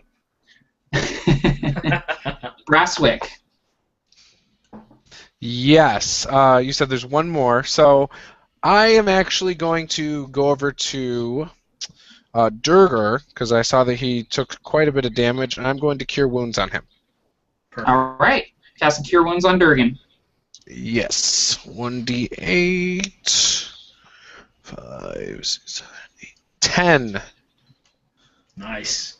Don't give those dice to Matt. So my hand glows faintly as I put it on his shoulder. Awesome. Nice. Perfect. Okay. The scarecrow in front of Dice and Erdon Iridon is kind of turned, and he's sort of pummeling the stone with a torch. The Scarecrow swivels its head towards you, Dice. And I need you to give me a wisdom saving throw, please. A 9. Okay. So this thing looks at you, and as it does, you're not totally positive, but for a second, you see the face of the mohawked man, and he's screaming as he's burning. You see the flames just licking at his face and burning the flesh from his skull, and he's screaming at you, saying, "Why did you do this to me? Why did you do this to me?" I didn't do anything. I didn't do it. I had to. And Dice, you are frightened and paralyzed until the beginning or the end of this thing's next turn. You're completely rooted to the spot with fear. You're shaking uncontrollably. It's completely taken hold of you. Okay. Yep. Durgan. I was thinking, I don't know, does the Paladin in 5th, I should know this, but does the Paladin in 5th edition have any kind of fear-dispelling abilities? That is a good question. That's an excellent question. I have no paladins in my games, so I don't know. Yeah, and I don't play very often. I'm the DM most of the time, so... Yeah, I'll do a quick look through here. If you want, I can look it up too while you do your thing. Yeah, that would actually be good, Juice. Thank you. Cool, because I didn't know if there was also any way that I could basically try to help Dice from being afraid. I didn't know if there was any kind of ability. But in the meantime, I guess the best way to try to help anybody is if there are any of those circles still active, I would like to, at this point, drop the hand axe with the light from the scarecrows that are on fire. I would also drop the torch far enough away from the scarecrow that it itself didn't catch fire. And I would pull my maul and then charge whatever circle's left. Yeah, absolutely. The only circle that's left is the one that Erdon was sort of pummeling with his torch, and you see it glowing there. It's easily within your reach, so you're able to move up to it and make an attack against it. Perfect. Awesome. So let's go ahead and... Ooh, I don't think so. 10? 10 is what you need to hit. Give me damage. Nice. Nice. Rolled a 6 on one of them. 10 damage. You smash your maul into the flagstone. It splits into a dozen pieces, and a blinding flash of magic goes off in Erdon's face and Durgan's face as the spell dwindles and dies. And the last scarecrow sort of slumps and falls, and Dice is still kind of holding on to it, paralyzed as it slumps and falls. And Dice, as the spell wears off on the scarecrow, and you realize it's just a bundle of sticks. There's not a face there. This thing isn't alive. It's just a scarecrow. Nice. I had to. And Dice kind of collapses down to one knee. And a quiet settles over the chamber, aside from the steady sort of crackling of the burning scarecrows as they smolder. Skeletons? Was that a GM slip? Was that a GM Freudian slip there? What? A GM Freudian slip. Ever bludgeoning weapons? Yeah. Torch clubs. He's breathing hard, kind of just looking at the ground. I don't see anything about not being able to not be afraid or whatever. Gotcha. I know for elves there's advantage against saving throws against being charmed, but so it might just be a racial thing. Yeah. Cool. Oh, but you were talking about... yeah, never mind. Okay. I'm going to walk over to Dice and say... And I kind of nudge him with my foot. You all right? It maybe takes a couple of nudges, and he looks up and... Sure. Yes. And he stands up. I'm kind of new to this whole thing. May I suggest a short rest? We seem to have taken quite a licking there. Seems like a fine plan. We've already got a fire to cook some food. That's perfect. Yeah, if you guys want to take a short, rest, I believe you can use as many hit dice as you have, up to your total hit die. So in this case, that would be 3 hit die, and you roll those and add your Constitution modifier to regain hit points. Perfect. Do you add your con modifier each time, or just overall? That is a good question, and I will check really quick. All right. So I used 2, and I am back up full. Now, what about spells? Do you regain so many spells back? Certain classes do. I think Wizard does. I don't believe Cleric or Paladin does. Okay. Yeah, I think so. Yeah, I think we have to long rest. Okay. I'm going to try and double check, but you're probably right. Okay. Dice looks at you and says, booyah. Yeah, you do add your con modifier to each roll. So not just one time, but to each hit die that you roll. Awesome. Thanks, man. Yep.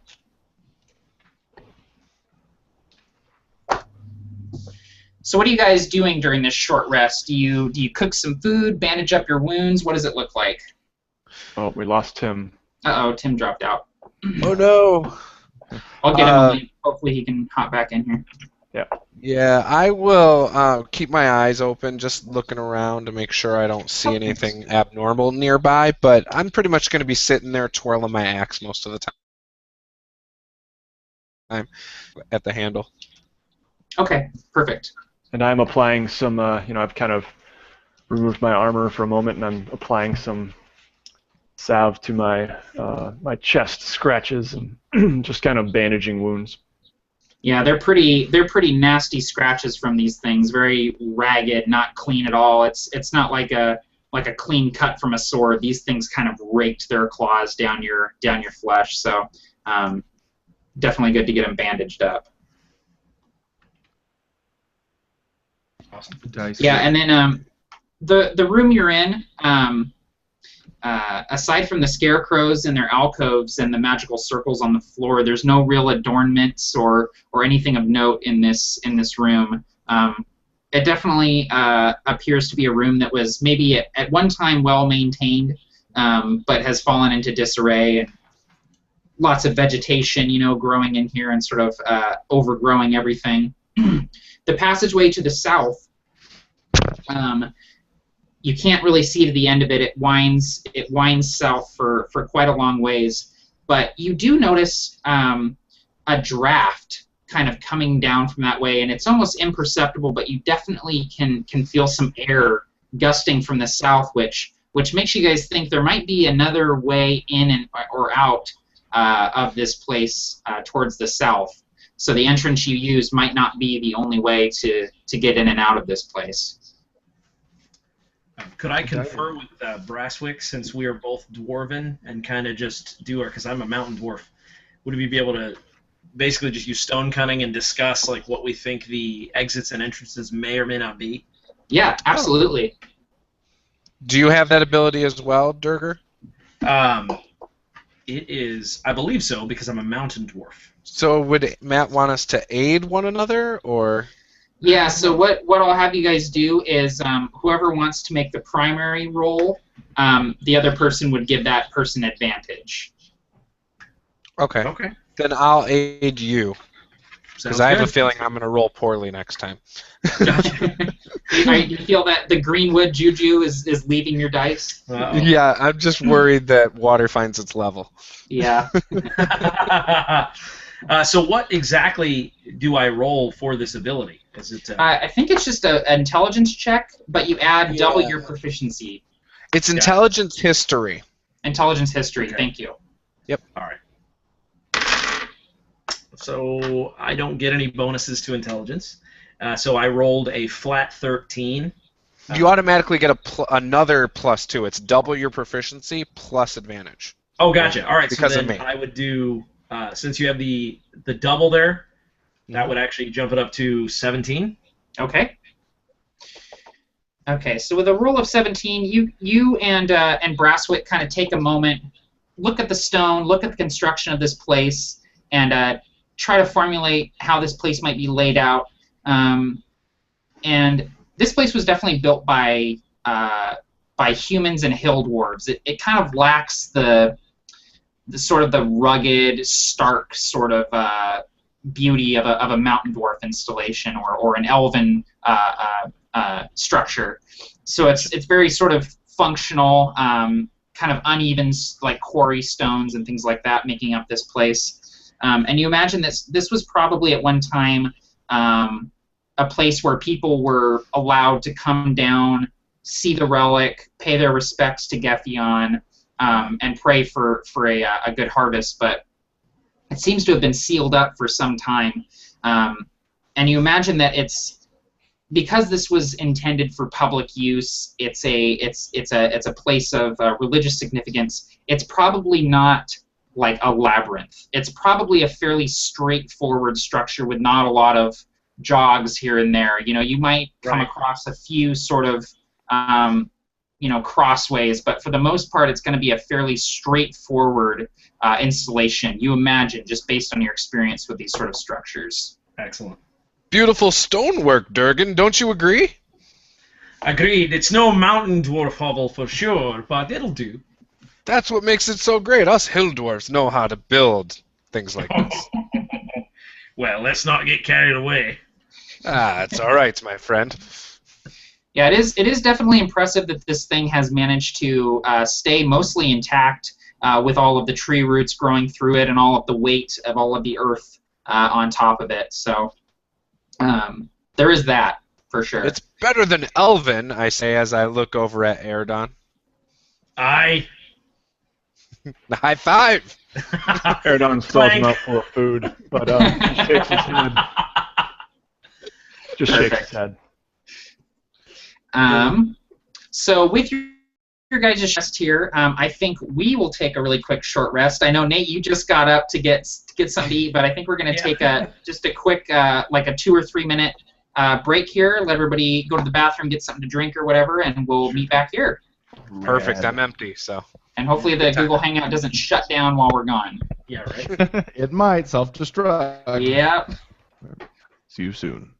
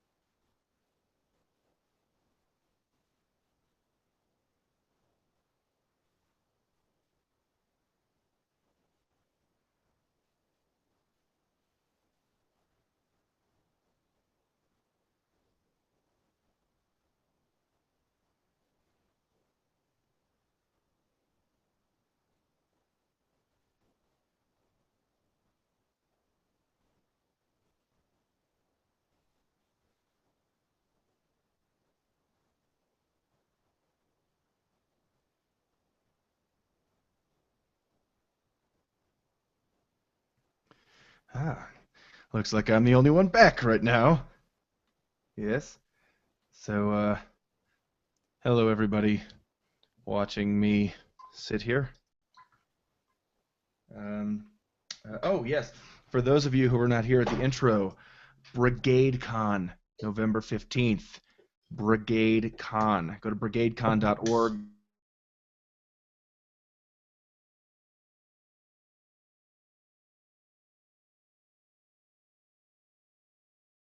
Awesome cost, so go nuts. Oh, there you are. Yep. Cool. I'm explaining Brigade Con to all our wonderful viewers. Perfect. I was going to do the same thing if you didn't. So yeah, everybody who's watching, if you weren't here at the beginning, I do have a link down below in the description for booster T-shirts, official Brigade Con T-shirts. We're trying to sell, I think, 15 more shirts, and if we do, we're going to send a huge chunk of change to Child's Play, awesome charity. Yes. All. Oh, we sold a shirt. Oh, nice. All proceeds, by the way. All proceeds. All the money is going directly to Child's Play. Yes. So Brigade Con is not a business. We're doing it for fun and yes, fun and charity. Exactly. I'm gonna drink to Brigade Con. Here's to a Brigade Con going off without any technical difficulties. Yeah. So far, we'll have to call Google ahead of time and be like, Yeah. Hey Google, what's going on with Hangouts? Yeah. What's the deal with Hangouts, man? Like, well, you know, we could have made it really easy, but then it was like, what the hell? Well, you know, I mean, nobody actually works at Google. Everyone just kind of has little projects that they do just sort of on a whim. So someone was like, I'm going to make Hangouts. And then they forgot they made it and just kind of let it just kind of exist. So that's how Google works. Totally participative. Exactly. If you're not sitting in a hammock or sliding down a slide to the lunchroom, you're working on side projects. Yeah, it's so easy, but at the same time, every time I see that Owen Wilson, Vince Vaughn movie, oh yeah, I'm just like so envious. I just want to go there and slide and. I know. How's the weather up in the Northwest? You know, it's getting to how I like it again. We're actually getting rain. It's nice and cool. We're like looking at like kind of mid 60s to low 70s with rain every couple days and then sun every couple days. This is Northwest weather I like, where it's nice and varied. You're not getting the same thing every day. It's very mild. I love autumn in the Pacific Northwest. It's my favorite. Sure. Maybe a little drizzly, you know. Oh yeah. We don't have regular seasons in New Mexico. It's just like hot, yeah. freezing. Hot all the time. Yeah, exactly. Well, then one day it'll just be freezing cold, and it's like, why are we here? Yeah. What is happening right now? Yeah, what is happening? Okay. I'm glad you cleared up the disengage for me. I was actually letting people use it as a movement action, as long as they had movement still. So I'm glad you cleared that up for me. Yeah, no, it's it takes up an action. That's why it's rogues under are the so attacks good, too. because rogues can use disengage as a bonus action on their turn, so they can. Starting at 6th level. No, I think starting at pretty early on. Like maybe 3rd level. Mm. I'm gonna look. It's a cunning action. Yeah, cunning action. I was trying to find actually the the bonus actions. I still have my page numbers on my sheet from the old basic rules, but since then I've got It's like PhD. 192. Is that right? For bonus actions. I think so. Something like that. I think some things they leave up to the GM, but yeah. they did have a list of like 189 examples bonus of, actions, bottom right corner. Sweet.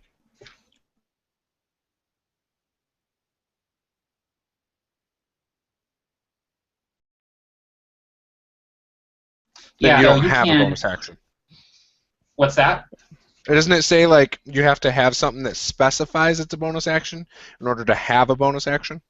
No, everybody gets. Well, you can take one bonus action a turn. No one has bonus actions, but if you have things that are bonus actions, you can only do one per turn. Right. So what would be a bonus action we could all do?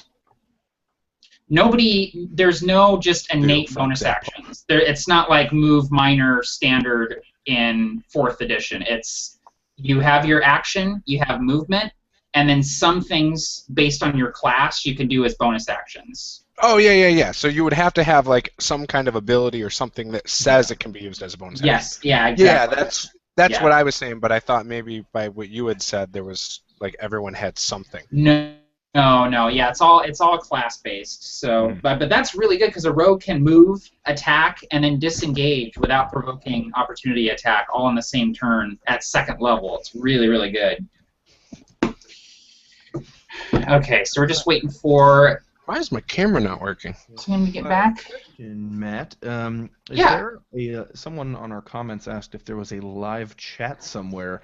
Am I correct in assuming that's just basically the comment section of the stream? Yeah, that's essentially the comments. There's no real other way to have a chat system, but if people do have like comments or questions, I do tend to check the comments every few minutes in between turns, just making sure there's nobody asking like questions of me or anything. So if you do want to ask questions of anybody who's playing in this game here, you can just leave a comment, and that pretty much acts as a chat system. So we won't get to it right away, obviously, because we're busy having, too much fun. But we'll definitely look at it. So. My camera's not working. Um, This happens every now and then to me. yeah, I see on your screen. I see Cyberlink UCam. Please start UCam. Yeah. Yeah, I'm gonna restart real. Get back in. Yeah, go for it. Yep. Cool. I'm gonna kick the demon cat out of my room. Yeah. Speaking of This is demons, Mara where's my Jade. cat at? This is Your Mara cat's name Jade. is Mara Jade. Nice. Yes. Hairless. Dude, my respect just went up higher than it already was. And I'm not the one with the Clint Eastwood poster behind me, so. I mean, my channel's a fistful of dice. I gotta have a fistful of dollars. I know, but like there's, like I've heard of I think maybe 2 other fistful of channels, and they have never heard of Clint Eastwood, and it's like, oh come on. Yeah, come on, man. I love Western movies. I love the Fistful trilogy. I'm just, those movies are some of my favorite. My favorite Western, though, of all time is Once Upon a Time in the West. That is just one of the most like beautiful movies ever made. Cool. Have you ever seen The Outlaw Josie Wales? Yes. I love that movie. That's a good one. And Matt, I have to ask, what band is that behind you? It looks like you have a signed picture of a band. Oh, that is a poster of Dream Theater, which is my all-time favorite band. They're a super. Oh my God, Barker, your cat is ridiculous. Yeah, it looks like you have a tentacle coming from the back. Yeah. It's just like, I rub her butt on my head, so I'm gonna get her out of this room. Yeah, cats are just they're amazing and terrible at the same time. They are. I'll be right back. But yeah, Dream Theater, they're a prog metal band that have been around for a while, and I love them. absolutely, man. Yeah, I actually thought I recognized from where I'm sitting on the left. It looks like John Petrucci. Yeah, John. And I was, Yeah, and it's the Mike Portnoy lineup, so it's got Mike Portnoy on there, and yeah, I actually went and saw them just a few months ago when they came to Seattle, and it was just an amazing show. They're Nice. such good performers. oh God, yeah. Yeah, Mike Portnoy is a really amazing guy, and this'll probably get you a couple dislikes on your video here, but I'm actually a significant when their drummer died. His idol was Mike Portnoy, and so Portnoy went and filled in for him on their album, and that was like it was just perfect and just really cool of him to do something like that. Yeah, no, that was I have a lot of respect for Mike Portnoy. He's a really like natural musician, really good natural musician. Mike Mangini, their new drummer, is unreal. He's like a robot. It's seeing him do fills and stuff while he's playing. It's just like, how did he do that? I don't even understand. He just goes home and plugs in and charges all night. Exactly. If you're not needing me, sir, I'll just power down. You do a really good power down sound effect, by the way. I know. I pride myself on my sound effects. I remember this is actually one of my first live games I played on. I played on Google Hangouts. It was a Call of Cthulhu game, and I think Gothmog and Aaron and a couple other guys were playing, and I did a chair scooting sound effect. Like I said, I got up from my chair and I went, and I did the chair scooting sound effect, and the comments just like erupted, and people were like, do the chair sound effect again. That sounded just like a chair. You should. It was like your next character. You should roleplay a chair, man. Yeah. Right. Sit down, bro. Sit down. Yeah. Yeah, and people were just like, that sounded just like a chair scooting against the floor. So I'm like, I'm glad that is the highlight of the game for you guys, was me making the chair sound effect. Well, I have fought a chair before in a Pathfinder Society scenario, so you could always throw some chairs at us and use that a lot. That animated object template, man, it's good for everything. Yep. Okay, so we're just waiting for Juice to get back here. I wonder if he rebooted totally. I think he That's a did. possibility. Okay. Like I said, minefield of technical difficulties today. Like, Yeah, really. So I'm going to give him another minute or so here, and then we'll start playing again, even if he's not back, and he can just jump in when he gets back here. Sounds good. Sounds good. And I'm going to look at the comments, because we probably got some questions. Yeah, I Colt Baldwin asks, what is love? Baby, don't hurt me. Which is the correct response. Yeah. Yeah. There you go. And then Carl Bolthouse says he's looking forward to playing in my Brigade Con game. Awesome, Carl. Thanks Nice, for signing Carl. up. And Carl, thanks for subscribing. I just got the email. Awesome. Carl's just spreading the Wait love a minute, around. Carl. Hold on. This I'm is- getting my phone out, Carl. Also, it should be noted that Carl, in my personal opinion, is the best name to have. Yeah. In the world. Carl. Good name or best name? That's Good really name the or question that best should name? be asked. Yeah. Yep. Carl. Yep. It looks like that's someone the like my only singing. questions we have. Oh yeah, someone comment. Yeah, that was beautiful, Parker. Thank you.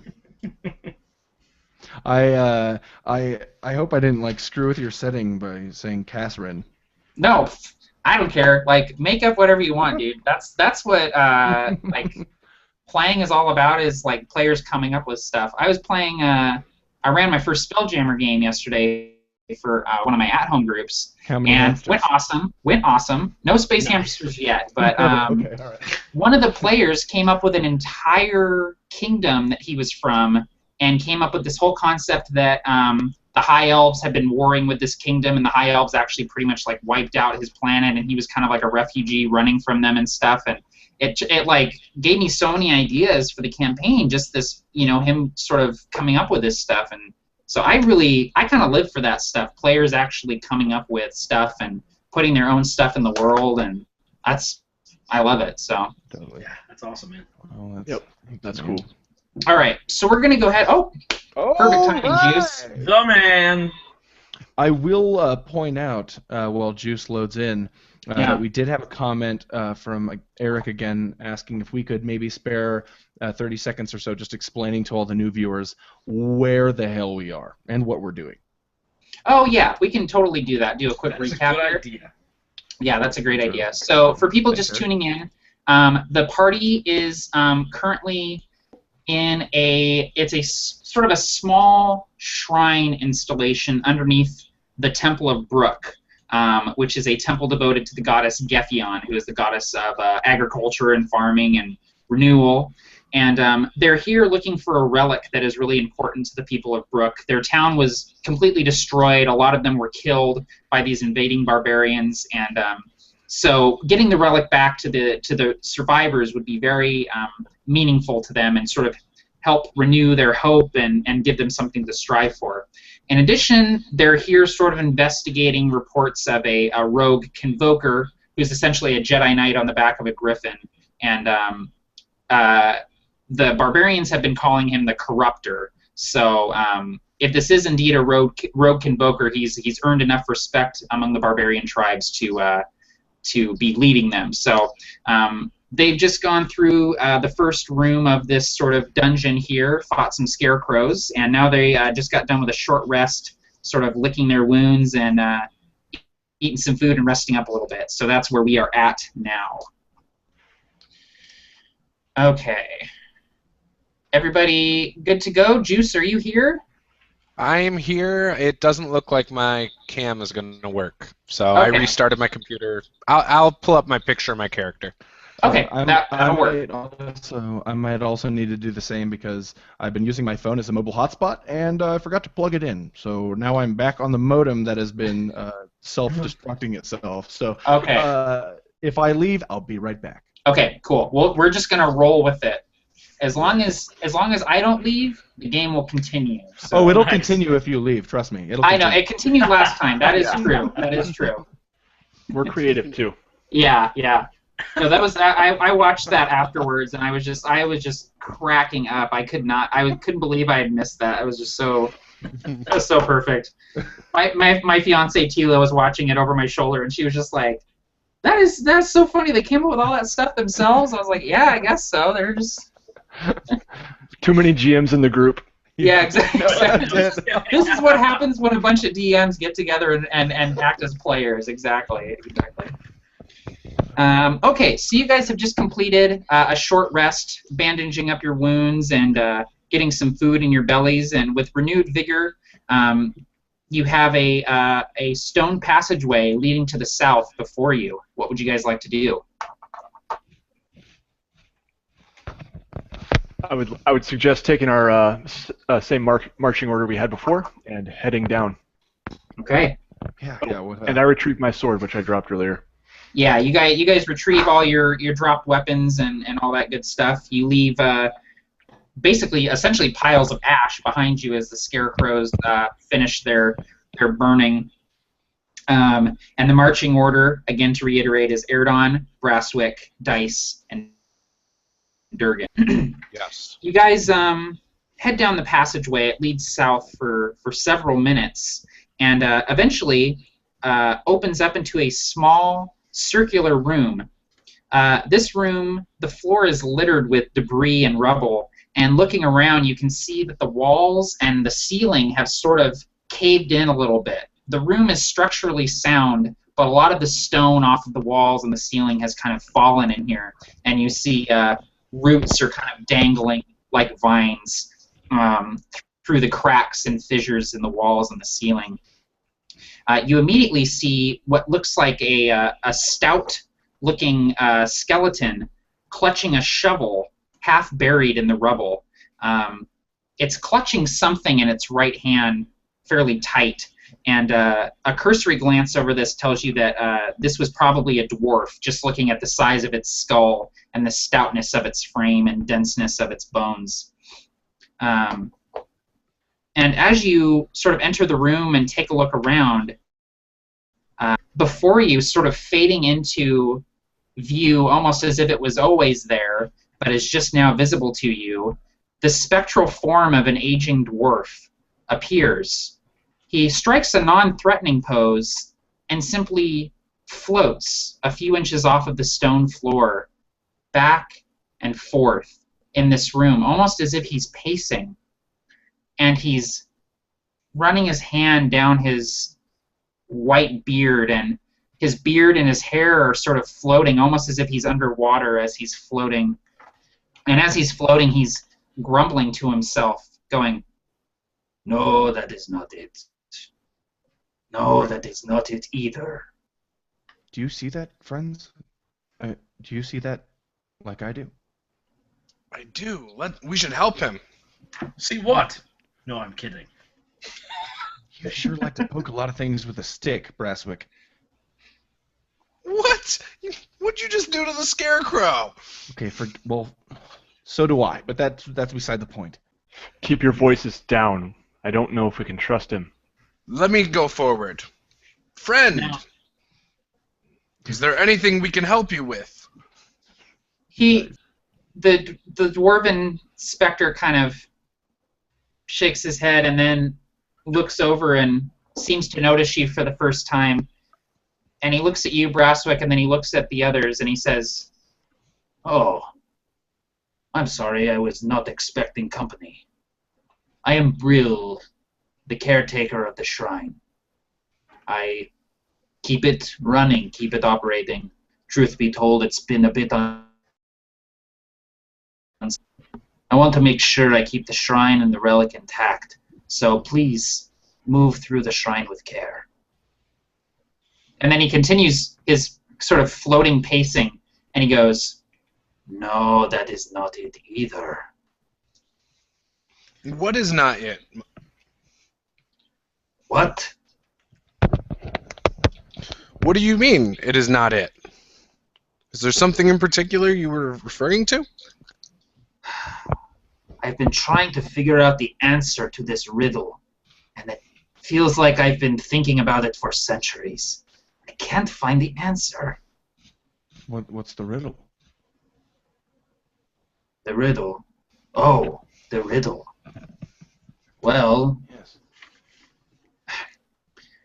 it's hard to remember sometimes. I can barely think with all the screeching and howling coming from the south, but, well, the riddle is something like this. Step on the living, they do not mumble. Walk on the dead, they mutter and grumble. And for the life of me, I cannot figure out the blasted riddle.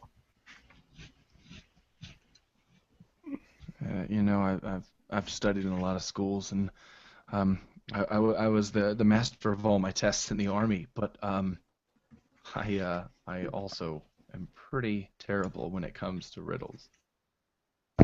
Can you repeat that one more time? I'm sorry. Yeah, so the riddle he gave you was, walk on the living, they do not mumble. Walk on the dead, they mutter and grumble. Hold on, I'm opening Google.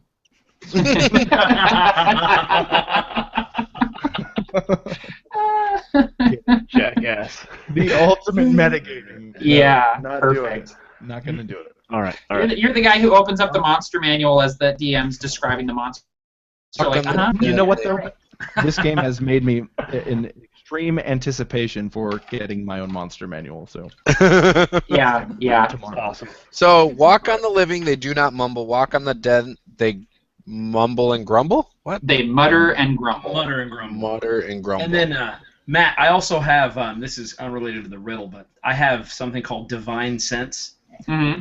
The presence of strong evil registers on my senses like a noxious odor, but also a powerful good would also do that. So basically what I can do is identify whether this is a celestial, a fiend, or an undead. Is it any of those things? It's not any of those things, and the fact that you don't get a strong sense of like necromantic magic from this tells you that this is almost like a naturally occurring spirit, somebody who has stayed here because they had a job to do and is sort of just persisting on the material plane despite the fact that they should have moved on a long time ago. Got it. And as he tells you the riddle, and you guys kind of ponder it over for a few minutes, he goes, bah, and he keeps his floating pacing going, rubbing his beard. Okay, I am terrible with riddles. I don't know about anybody else if they want to really take a stab at this and not resort to Google Foo. But can I roll an investigation check for a hint? Yes, you can. Actually, just give me a straight-up wisdom or intelligence, whichever is higher. Okay. 17. Okay, so... Nice. I didn't hear You- any dice roll. Just saying. he's show you over my there. camera. He's hiding behind the picture, just... Yeah. It was Oh, a 13 with a +4 from wisdom. So you're definitely thinking this guy's the caretaker of a shrine to a goddess of farming. He lives in a farming village. This riddle has got to be something to do with nature, with farming. It's got to be something natural. The answer has to be. Step on the living. Would it be wheat? What was that? Is it wheat? If you say that out loud, he goes, I thought of that. It's not that. It almost sounds like leaves, like when you step on. You don't step on leaves that are still alive though. They die and then they fall. Never mind. Do you say leaves out loud? Just say it to him. That Leaves. sounds It almost right. sounds like leaves. I say. He stops and he goes, leaves. Leaves. Is so simple. How have I not thought of that before? And he looks at you, Erdon, and he says, bested by an elf at riddles. Elves know a lot about that leaves and hippie tree hug and stuff. Oh, what I kind am of a wood dwarf elf, am what I can I that say? that I can't beat an elf at riddles? In any case, that has been on my mind for so long. It feels like years, like centuries I've been trying to figure that out.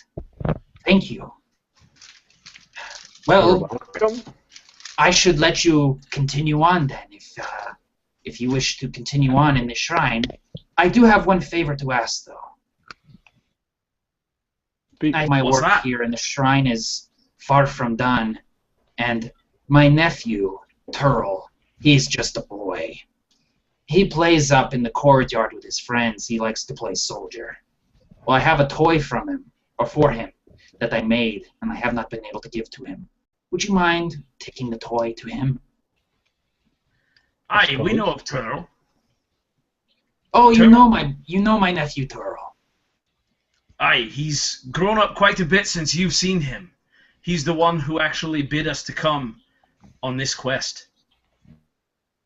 He's I can't imagine he's grown that much. I haven't been down here that long. If you say so. How long have I been trying to figure out that riddle? In any case, if you could bring Turl the toy that I made for him, it would do my soul good. I would extend my hand and say, aye, I'll deliver the toy to Turl. Very good. Thank you, my friends. And as you say that, dissipates like smoke, and you hear a creak, and the skeleton's hand from underneath the rubble opens, and you see a small stone toy set into his hand, and it looks like a little dwarven warrior holding an axe, like very kind of crudely Nice. carved, but it's definitely carved by dwarven hands. Look, guys, it's me. It does bear a resemblance to Brasswick. Aye, it's about your size. You're such a clever dwarf. I'm a full infant. One more thing. Dwarves making height jokes. Huh. Sir, one more thing. You said something about a noise from the south. A noise, yes. And the voice seems to come from the walls as you speak to him. A horrible sound that has been keeping me up at night, not letting me think. A horrible screeching roar. What is it? Well, I don't know. I haven't gone to check. I'm not one who wants to eat me. Oh.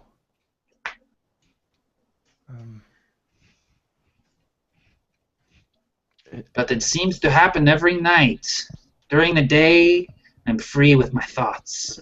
But as soon as the sun goes down, it's incessant. What time of day is it right now? At this point, it's like afternoonish. It's like okay. shortly afternoon. Yeah, because you guys arrived here at dawn, dealt with the barbarians, went down in the dungeon, took about an hour rest. So yeah, it's getting to be about afternoon. I'm going to switch over to the hotspot, just letting you guys know. But Okay, continue. cool. So there's plenty of time, gentlemen, before night falls. We might want to send one of our more quiet our companions up there. Would that be you, Eridon? I believe it would be. I am trained at tiptoeing silently through the woods, stalking my foes. And So you're I good at will riddles. gladly. Just in case we face a formidable riddle up ahead. All right. Yeah. So I'm gonna try to sneak ahead here a little bit and see if I can see anything. Okay, great. Yeah, if you're trying to be sneaky, go ahead and give me a stealth roll, if you would. All right, didn't roll too well here. 7. I'm looking over Durgan's shoulder at this toy soldier that he's holding. Sure, I would kind of hold it up to you. What do you think of that craftsmanship? I think it's great. That's such a beautiful toy. Agreed. I rolled a 7. You got a 7.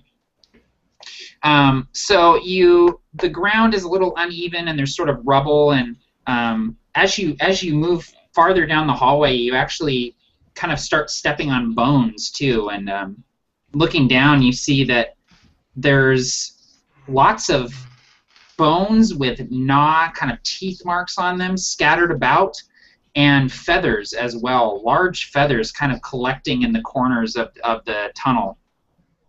After you move down a while, the draft that has been blowing sort of starts to get stronger, and you get the feeling that you're moving towards where an exit would be to this place. The passageway, after a little bit, splits into 2 directions.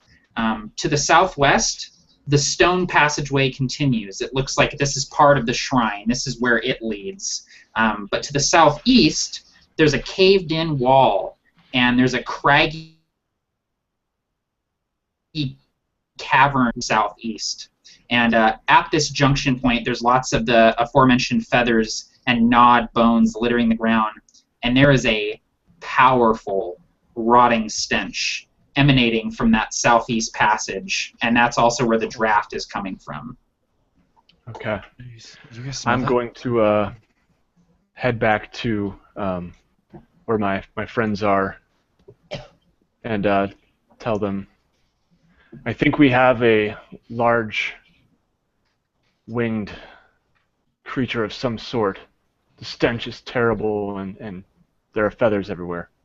Seriously? It looks dangerous because there are bones littered about. Gnawed on bones. Oh, jeez, this is going to be terrible. I guess we're going to have some meat for dinner. Dice, you can freeze it. Or you can cook it. I What can kind do of bird both. eats bones? That's a great question. Would any of us be able to discern what might do that? Yeah, if anybody who wants to can give me an Arcana or a Nature check.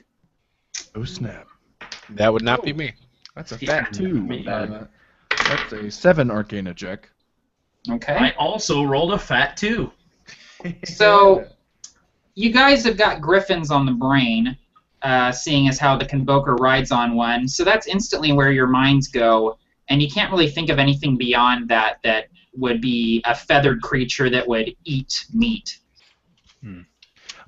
Dice Okay. is still kind of chuckling at the comments about freezing, and he kind of looks at the floor and looks at his comrades and says, "Huh, let's provoke it." And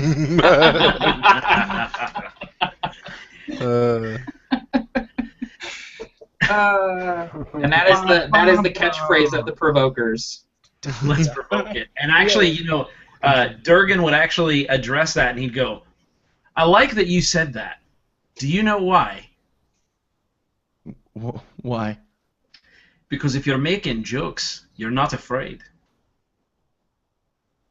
The look that was comedic that was on Dice's face turns into one of acknowledgement and an epiphany. Yeah, I think so. Yeah. So I slap him on the shoulder and say, aye, let's provoke it. Yeah. Ow. Now you're thinking like a dwarf. You'll fit in just fine with us, too. I'll take that as a compliment. Of the highest quality. Indeed. All right, don't get too friendly there, boys. Let's steel ourselves and head on. Boys, you can't even grow a beard! Boys, Aye. you heard me. Alright, Well- let's head on. Who's going first? Is it you again? I'll take the lead. Now, at this point, too, I wanted to ask, is Aerodon carrying a torch or no? No, I left the torch back in the tavern or Okay. the cavern. Yeah. Because I would have. I don't know how many torches come in an adventurer's explorer pack. 10. Okay, great. I would have left mine too then. All right. Perfect. Yeah, So, you guys, I'm assuming you guys are relying on dark vision unless you tell me otherwise, that you're lighting another source. Perfect. Okay. Yeah, let's head on. You guys using same marching order heading down the passageway? That I sounds good believe to me. so. Okay.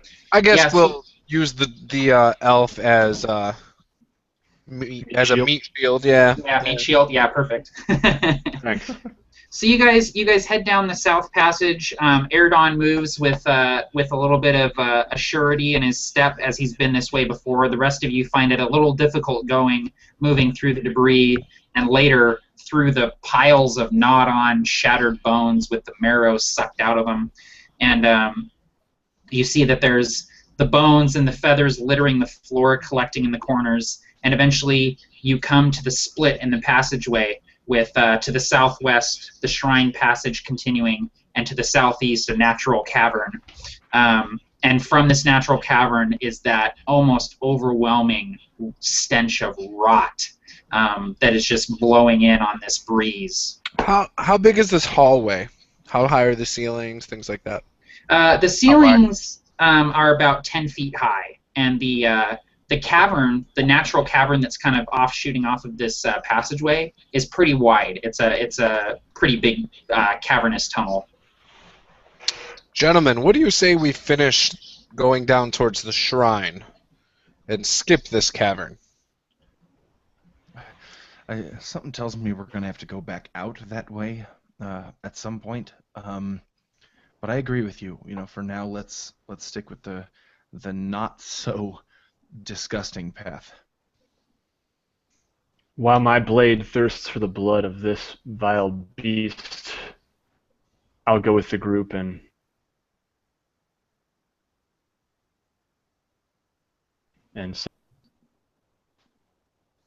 Okay, so you guys are going to go down the shrine passageway then? Yes, and Yeah. Durgan would add to that and say, "Aye, but let's watch our backs. I don't know what time it is, and nightfall is soon." Hey, at least you know your job back there, buddy. Aye. So you guys head down the southwest passageway, and this leads a few minutes to the southwest and opens up into a square stone room with a high 15-foot ceiling and a short set of crumbling stairs leading up to a stone altar.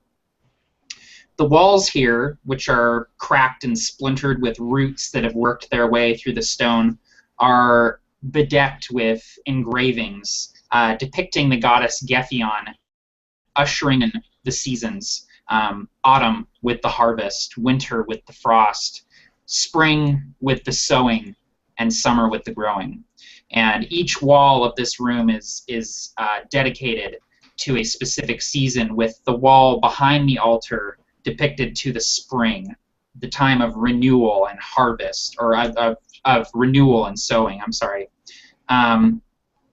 The altar doesn't have anything on it, but moving towards it, you see that there's a small indent in it where it looks like something may have been kept there at one point, but is gone now. The floor in here is, again, littered with feathers. Not as many bones, but there's also several sizable piles of foul-smelling dung in the corners. Oh, yuck. looks like we might be headed back sooner than we thought. Unfortunately. Something's taken it. Aye. Is there any sort of information that I might be able to gain from the walls, or is everything very blatant? It's pretty blatant. You can definitely surmise that these are engravings made by the people of Brook themselves.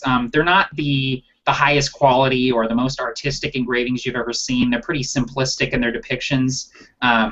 But you can see what Brook may have once looked like before it was, burned to the ground by this rogue Convoker known as the Corruptor and his barbarian hordes. You see all of the short, stout buildings and the hardy people working the fields and the rolling sort of hillsides, lush with golden wheat and other things ripe for harvest. And you see that the people are happy in these engravings, and they're giving thanks and reverence to Gefion, this goddess.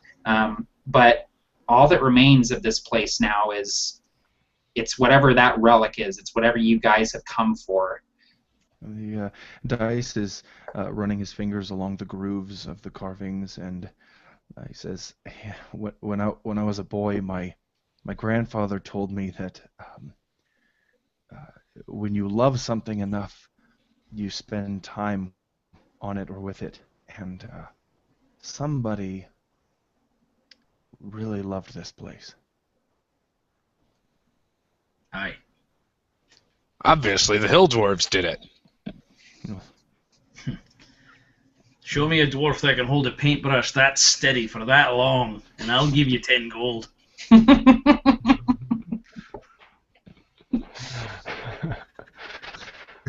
I think Durgan would also bring up the point. He would acknowledge Dice, but he would also say, something to remember is that if there's dung in here and bone, that thing's eating.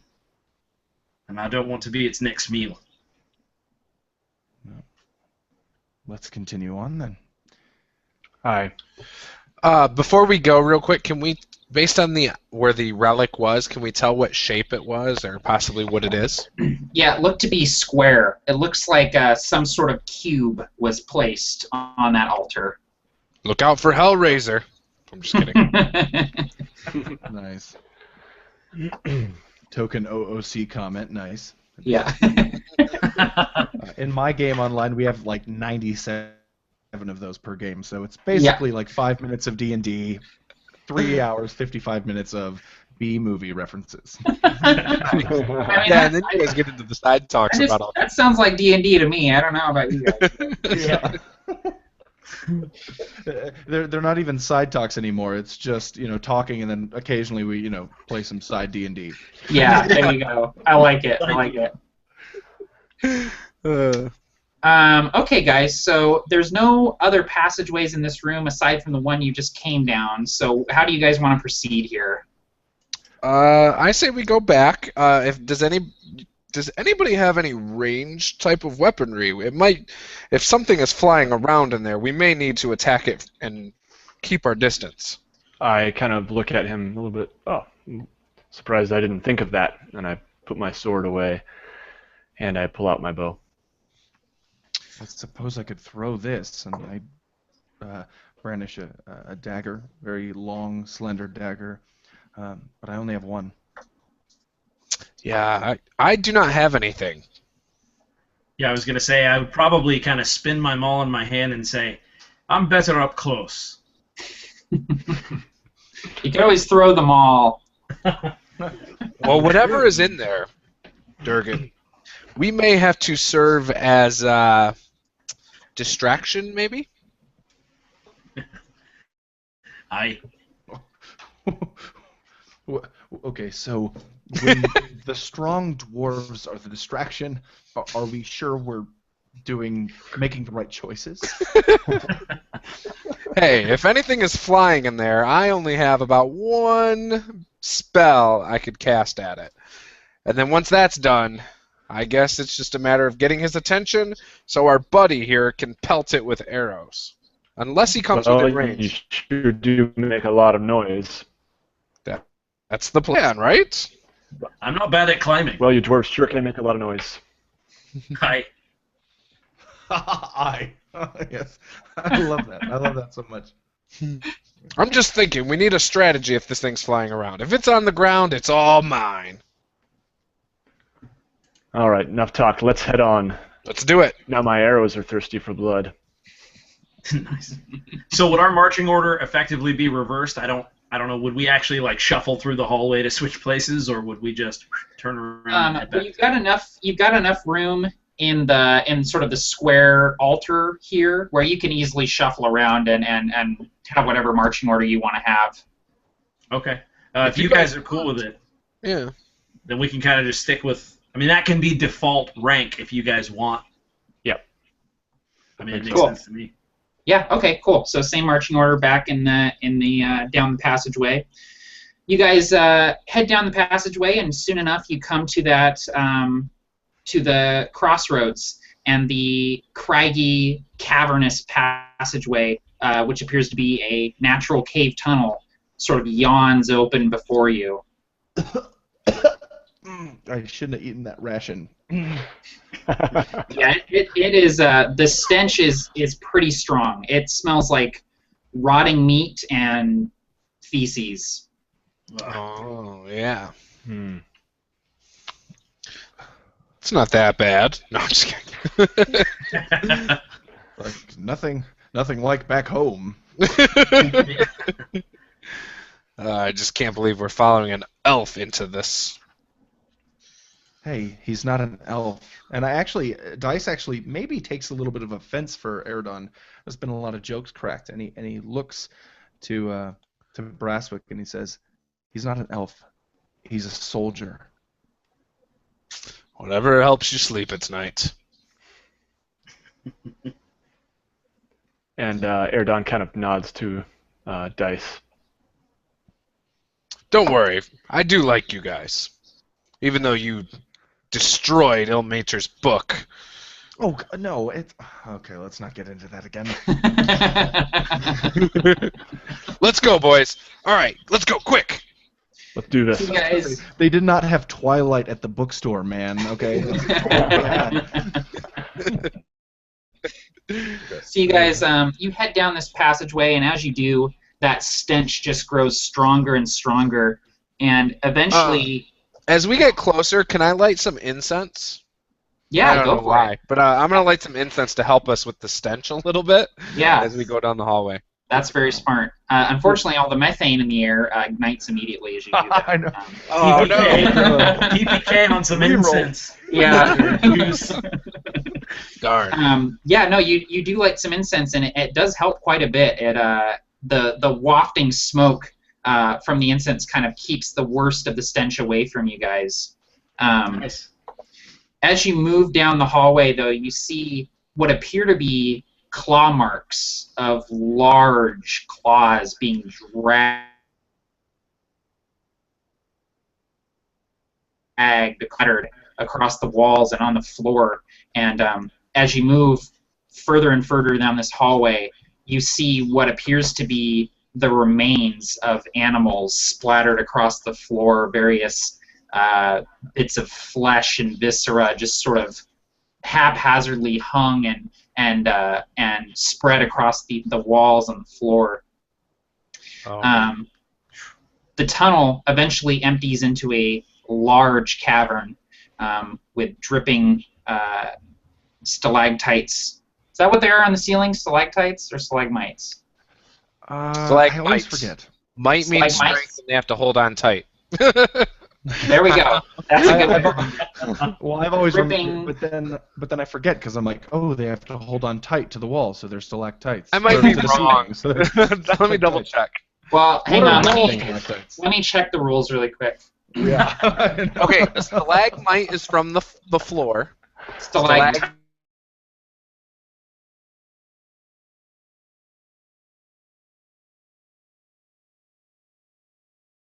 coming in from the mouth of this cave, further to the south.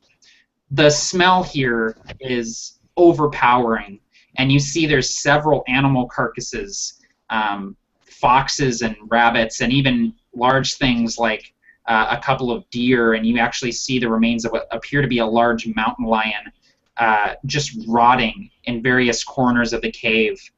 I'll actually need all of you to make a constitution check to make sure you're not going to retch here, but please make the check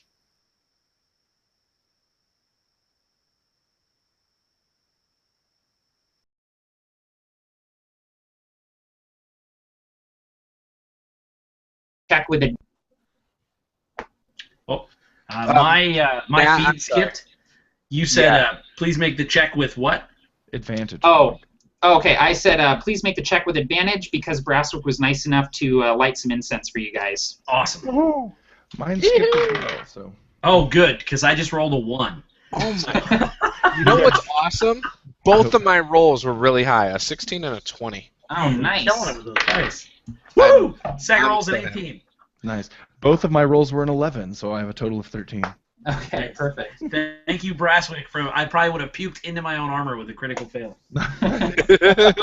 So I got a everyone kind of dry heaves a little bit, but you manage to keep it down and gain your composure as the smell kind of washes over you. But what immediately, beyond all of these things, catches your eye, sleeping soundly near a small waterfall trickling down the wall, is a massive creature, bigger than the biggest grizzly bear you've ever seen, bristling with feathers and claws the size of daggers. A huge scar runs the length of its right haunch, probably a leftover from an altercation with a mountain lion or even another one of its kind. It's unlike anything any of you have ever seen before, and the very sight of it catches you off guard. And it's already closer than you might like it to be. What is that? What is that? I don't know. I've never seen anything like that before. Okay. What's the plan? Provoking it doesn't seem like the best idea anymore. Agreed. I think something has to be awake to be provoked. Does anybody see the relic? I'd like to roll maybe a perception check. Yeah, anyone who wants to try and search for the relic without moving towards this thing, give me Would that be perception or investigation? perception, since you're not necessarily looking for clues or trying to deduce anything. You're just trying to spot this thing. Okay. 22. Wow. 22. Okay. 12. I'm at a 12. 13. So, you guys are kind of not moving, but kind of trying to look around the cavern, looking for this thing. And Erdon, you actually see the glint of what looks like maybe a silver hinge glinting from sort of underneath this thing, almost as if it's in its nest. And the nest of this thing is sort of it's a circular nest made of twigs and refuse and feathers. But you definitely catch what looks like at least a large chunk of wood with some silver on it. And you surmise this might be it. Yeah, I think I see it, guys, in the nest. Okay, Not wait, good news don't for us. do anything. I want to cast Cat's Grace on. It's an enhance ability, and I want to use the Cat's Grace, so it gives advantage on all dex checks. Also, you won't take damage from falling 20 feet or less. I want to cast it on Erdon, Okay. and I want all of us to stay. I'm going to kind of whisper, "Stay back, let him sneak up and grab it." Right. And And I just have to touch him. Oh, perfect. I would kind of look at Erdon and say, "You think you can get it?" I might be able to. I'm going to pull out my dagger in one hand, and I have my bow in the other. Okay. Give it a shot. Yeah, be careful. Okay. So as you thing, give me a stealth check, please, with advantage since you got Cat's Grace on you. I rolled a 3 and an 18, so I think I'll take that 18. Yes. So that's a 20 I then. will opt for the 18. Okay. So 20 overall. 20 overall. Yeah. You manage to nimbly. I mean, as he moves, his feet don't make a sound. His armor doesn't creak in the least. None of the metal on him jingles at all. He moves like he's floating across the floor of this cave. He doesn't jostle a single bone, not a single stone, doesn't step in any puddles, and he makes it to this thing's nest. And as you get closer to it, Erdon, it's bigger than you even imagined as you get closer to this thing. I mean, this thing is probably half again the size of a huge grizzly bear, and it's facing away from you and you see its haunches rising and falling really slowly with its breaths as it's laying there sleeping. And the wooden box with its silver hinges is right there. So what I want you to do is give me a sleight of hand check, please, with advantage. Okay. I nudge Durgan and Dice, and I kind of point, obviously satisfied with my ability to help. All right. I wink at him. My heart is just pounding in my chest, and my whole body is feeling hot, and I reach for it, and I got a 16. 16? Okay. Oh, please, oh, please, Uh-oh. please, oh, please. Uh-oh. As you grab the relic, you get it. You get it. You have it. This thing shifts, and its breathing takes on a different cadence, and it starts to kind of roll over. What would you like to do, Erdon? P.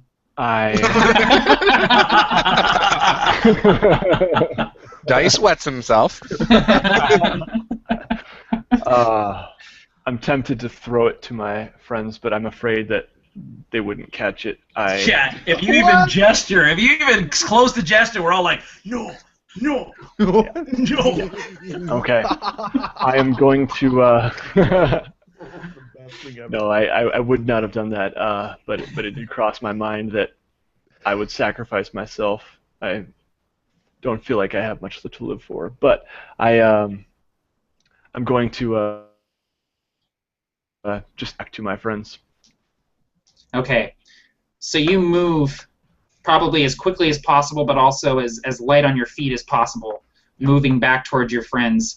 And Durgan, Brasswick, and Dice, as Erdon is moving back towards you, you see this thing roll over and come to its feet, shaking water and blood from its feathers, and looks dead right at you guys.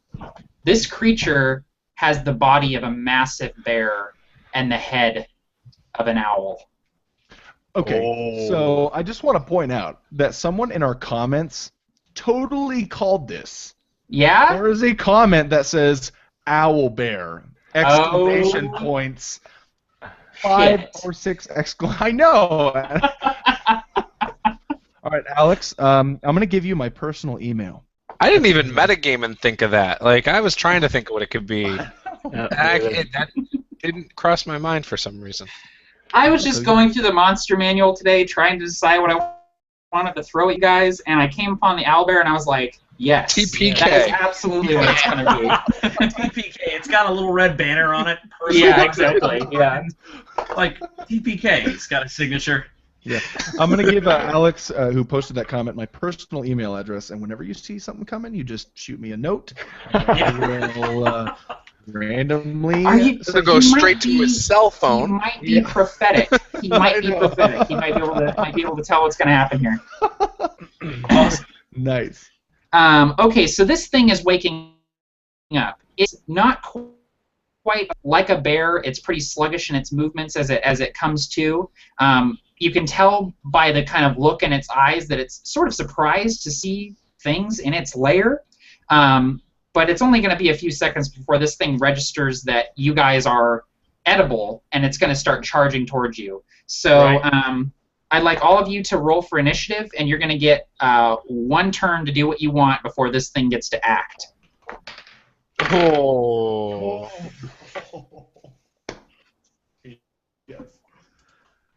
It was almost a 1, and I saw the die land on 1 and then flip over to 19. Seriously. I thought I was going to have a 20 again, and it rolled from a 20 to a 14 to a 4. Oh, man. I rolled a 5, but get a -1. Really, Oh. the truth is, now that my camera works again, I had Dwarves. to actually roll the die. So Yeah, exactly. You've been cheating the last few rolls. Yeah, you but can't now just you actually cheat have stuff, to. yeah. Exactly. So between Durgan and Brasswick, which one of you has the lower dex? Oh, me. 0 modifier. -1 modifier, my friend. Okay, perfect. Ooh, you're the So winner, so to speak. Yeah. initiative is So going to to go Dice, Airden, Brasswick, and Durgan. I always win. Okay. So, Dice, what would you like to do as the owlbear comes to? Dice is fumbling through his satchel, just fumbling, and it actually falls on the ground, and he reaches down, his hand is in it, and he's wiggling around it, moving his hand through, trying to feel for the piece of mica that he knows is in there, and he pulls it out, and he's going to try to throw it to where the owlbear is. He's trying to cast Shatter. A sudden loud ringing noise, painfully intense, erupts from that point. In a 10-foot radius sphere centered on the point that I would like it to be. And because I'm using mica, my range is 60 feet. So Yeah. maybe you can absolutely hit it, and Airden has moved far enough away from it where you're not going to get him in the blast. Okay, great. So that creature must make a Constitution saving throw and takes 3d8 thunder damage on a failed save, or half as much on a successful. And the saving throw DC is 13. Okay, so it makes its saving throw, so it's going to be taking half damage. 12, 14, so that's 7 total damage. 7 damage, okay, not bad. You hear this massive thundering crack from inside the cavern, and it reverberates off of every single wall, and it almost sounds off maybe 8 times after it's echoing and reverberating off of every single wall in this deep cave. Yeah, dust and debris actually kind of fall from the cavern walls and ceiling as this spell goes off, and the owlbear kind of disappears behind this sort of wall of like reverberating vibration, and as it clears, the owlbear is behind it, just shaking its head back and forth, just like, I am just waking up from a nap, what is happening right now? And it definitely looks a little dazed, but also very angry. Would you like to do anything else with your turn, Dice? I would actually like to request the knowledge of who is next, Steffi? Of what? Who is next in the initiative order after me? It would be Airden. Okay, then I look to Airden in front of me and I say, Airden, chop the meat.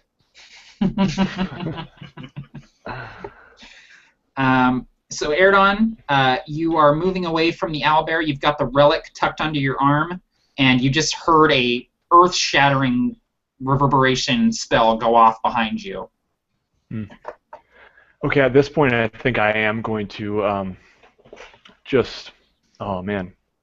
Okay, I'm actually gonna drop the relic. Okay. Where I stand, and I still have my bow in my other hand, and I'm going to let an arrow fly in its direction. And I miss. I rolled a 2+. I should have said 6 total. And I am going to use inspiration to re-roll that, if that's okay. Yeah, absolutely. Go for it. And I rolled a 2 again. Oh, no! Oh, no! Oh, my gosh. Why now? This is the worst time for poor rolls, John. And I'm going to use my move action to move closer to my companions. Yeah. Or you run. managed. Yeah, you're pretty much caught up with your companions at this point. The owlbear is about 40 feet behind you. Okay. That brings us to Brasswick. Alrighty, before I do anything, I just want to say, gentlemen, should we think of running yet? And I'm going to cast Guidance on them. And that will be 13 to hit. 13 to hit? Yes. Okay. That is a hit. Yes! What does guidance do again? Sorry. This is guiding bolt. Guidance. The thing I was talking about on the side with guidance was a cantrip, and I could have touched Airden, and he could have had an extra D4 instead of the advantage on Dex checks. But I was wondering why you were shooting at us for a second. I was like, I was with the owlbear the whole time. Kaiser Sauce. Oh, nice, nice. Oh man. Okay, all right. We'll talk later. 15 damage, radiant damage to the owl bear. Damn. Nice. Well done. Oh, I would love to drop this thing in the surprise round. Oh, that would just be amazing. Okay, I would so love Brasswick, what does that spell look like as it goes off in the owlbear's face? A flash of light streaks toward a creature of my choice, which would be the owl bear, and Thank you. just lights him up.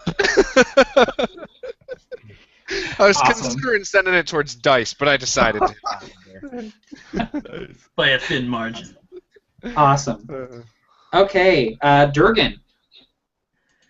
So I was just asked by my companion here, my other dwarven companion Brasswick. He's like, "Gentlemen, are we thinking of running yet?" And I said, "Aye," and I charge it. Nice. Correct. And so, good idea. And so, I am going to try something called, if I can reach this thing from where I'm at, I'm going to try, it's called Divine Smite, and it's basically a paladin ability where I get to use a spell slot to do extra damage. I get to do 2d8 extra if I hit. It's only if I hit. Okay, yeah, absolutely, go for it. Let's see. Come on. You got the message. Critical fail. Oh, no! Do you have rolled a inspiration, dude? I do have inspiration. You are a great DM. Someone's gonna comment. Someone's gonna comment. You shouldn't have let him use the inspiration after he rolled. Yeah, but see, now that he's using the inspiration, he just complimented the DM. Doesn't he get another bit of inspiration? And see, I think technically you can use inspiration after you roll, but before the DM says if he failed or not. Yeah, Oh, you okay. can. So I Okay, mean, and a critical miss. Obviously, Yeah, like who wouldn't use obviously he failed, but I'm by the pretty way, flexible on that too. So yeah. Matt, I really love So- your hair. It's just really great hair. Nice. What? My hair? Yeah. he does He's have a looking nice for head of hair. inspiration. So I'm praying to Tritherion that a 14 hits. It does. Oh yes. Oh yes. Good call on the inspiration. So the maul does 2d6 because it is the biggest hammer there is. Yeah. Bludgeoning. Okay. Rolled a 1 on my first, and a 2 on my second. So my maul does a big whopping 3 plus 6. So it does 9. Okay. But I get to roll the 2d8. So here we go. And come on, big. Plus 6. Sorry. How'd you get the 6? I'm just wondering. Sorry, I'm not trying to hurt us. No, but- you're fine. I actually asked if I could. I rolled an 18 and I put it in my strength. I okayed it with Matt, so that's a plus 4 for the damage. And then don't you add your proficiency bonus? Not to damage, only to the attack. Ah. That's what I was worried about. I'm sorry. I've been it's a good catch. I've been cheating the whole time. Is what I've been doing. with the owlbear too, dude. What kind of DM am I? My whole group also every Thursday has been cheating. All of a sudden, a scarecrow appears behind us. I'm still alive, actually. I'm like, oh no! I have 4 hit points left. Sorry. I just know some people watch this. I'm don't glad know. you caught it. Good catch. We're here to Yeah. learn. So the first D8 I roll. Okay, can you guys see this? I don't know if you can. It was an 8. Nope. Promise. Awesome. Okay, it was an 8. The first one was an 8, and then the second one, a 1. Okay. All of that to say, does anyone remember what I rolled on the 2d6s? I got it. Okay, gotcha. All right, good. Yeah. I subtracted your proficiency bonus from that damage, so we're good. Perfect. Okay, so that was Feels so so bad. awesome that I'm gonna need you to describe what that looked like, if you could, please, Durgan. Okay, and I'm actually going to work the critical fail into the description. So I charge, and as I'm charging, I just take in the weight and size of this creature, and have that moment of realization that this was the worst idea I ever had. And then as I start to get closer, I just think about the fact that this is probably the best idea I've ever had.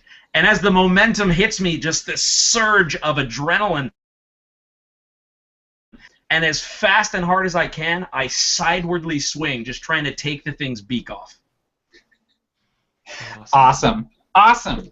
So you wallop this thing, and as you hit it, you hear bone crunching as you smash your maul into the side of this thing's face, and Yes. as you do so, there's a splash of light and energy as you imbue your weapon with your divine magic, Yes. and the owlbear, kind of as blood's dripping from its face, it shakes its head and it looks dead at you. No. Yes. Yes.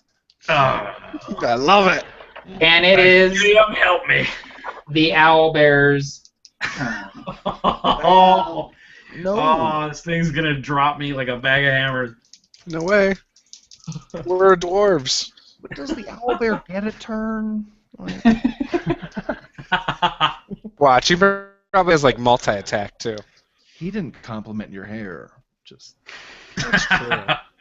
So, Durgan. Uh-oh. So this thing rears up on its haunches and swipes at you with its claws. You duck and roll under its claws, and as you come up out of this roll, you feel its beak dig into your shoulder and tear a strip of flesh from your body. And it whips the flesh around and tosses it, and you get 14 piercing damage. Ugh, that's still bad. That's what happens when you don't mention your god in your inspiration details when you're describing how you hit. That's And you all see that when the owlbear gets up on its back legs, I mean, this thing has to be 12 or 13 feet tall. It is massive. Even for an owlbear, this thing is big. And you just see it tear a strip of flesh off of your friend. Dice, you're up. I've come to know this dwarf. I've come to know Durgan quite a bit, just even over the past few days. And even in the first 10 minutes, I viewed him as a friend of mine. And from my hands, one after the other, 3 bolts, missiles, just fire directly at the owlbear, doing a D4 plus 1 force damage each.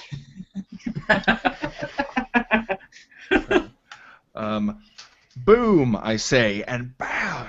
And then that's 4 damage. And then boom, I say, 3 more damage. And then boom! And then, strangely enough, the climactic one is just 1 point of damage. +1 though, right? Oh, 2! You get a +1 on all of them. nice. Yes. Oh yeah. Yep. I added it to both the first 2, but I did not add to the last one. So thank you. Okay, cool. So the owlbear is rearing back to swipe at you again, Durgan, and as it does so, you see 3 streaks of light slam into it and knock it back a little bit. And your friend Dice has probably saved your life. Yeah. Erdon, you're up. Nice. All right, I'm going to sidestep a bit to. I'm going to be loosing an arrow, and I don't want to hit my dwarven friend up there, so I sidestep a bit, Thank and you. I'm going to use my my action surge to actually loose 2 arrows here, if I may. And first one is a 13. Hit. All right, and the second one is a 10. Not a hit. Okay. So the 1 damage is going to be 4 damage. 4 Okay. piercing damage. The arrow sinks into its thick hide, but it doesn't even seem to notice it. Nice. Okay. Brasswick. Alrighty. Well, I am out of my first and second level spells, so I am going to take my own advice, and I'm going to run at it as well, seeing as that's what us dwarves mean when we say run. So here I go with my battle axe. Oh, yes. Okay. I swear I am not cheating. I swear. Let's see it. Let's see it. Can you tell? Oh, shit. Nice. That's a 20. I do believe shit just got real. Dice are amazing. Starter set dice. It's that beard, man. I know, it's the beard. It's Ilmater. He's repaying me for paying homage. All right. So Ilmater you, Greenwood. Ilmater. I'm pretty sure you mean Ed Greenwood, actually. Yeah, Ilmater Greenwood. There's like Yeah, a white beard hair stuck in it. well, you know, Ed Greenwood loves the idea of bound hands, so. You know. Yeah, exactly. All right. So I rolled a 6. You said add my modifier and double Add your it. modifier and then double it. So 14 damage. Now, can I use the Tim rule and I add the I was just proficiency? gonna say. I was gonna say, hey, yeah, man, why don't you house rule it? Just Yeah, that's it. some extra We'll damage. call, we'll call it the Tim House rule. Call it- All right, so My house. Man, I'm Brasswick, tearing this up. describe how you fell this owlbear. Oh yeah. Okay. So as I'm charging up, much like my buddy, I see he's kind of underneath the owlbear with a chunk taken out. I jump up and I say, "This is for my friend," and I slam down right through his head, splitting it in half, almost like Alien or something. And that's how I do it. Nice. The owlbear gives off a last howling screech and then topples, and you feel the ground beneath you shake as its immense weight falls. And as the Provokers defeat an owlbear. Nice. Yeah. Does anybody have the Final Fantasy victory music to play? Dun, dun, dun, dun, dun, dun. I can only imagine the way the audio is syncing up for everyone listening. That's probably just sounded like we were doing row your boat in rounds. Yeah, exactly. Yeah, it sounded to me like it was all the same, but it was probably all like Yeah. individual. Brasswick, go ahead and give yourself a point of inspiration for that awesome description. That was great. That was really Alright. great. Hell yeah. Thank you. And so I can have 2 then at the same time? Yeah, I know technically you're not supposed to have points of inspiration, but I've always done it that way. That's a house rule I've had for a long time, so I allow people to have multiple points of it. I love it. So the relic is sitting at your feet, Erdon. Durgan and Brasswick are standing over the toppled dead owlbear. And Dice, you're kind of hanging back a little bit with maybe some smoke coming off of your hands from the magic missile spell that you've just loosed. And what do you guys want to do? I am still feeling that fury from firing those missiles, and one might notice that there are certain stones and bits and pieces of the cavern floating around me, and I stop, and they just kind of drop to the floor and spill around me, and in mechanic fashion, that will explain my cantrip of Mage Hand. Very Nice. cool. I like Very, it. very cool.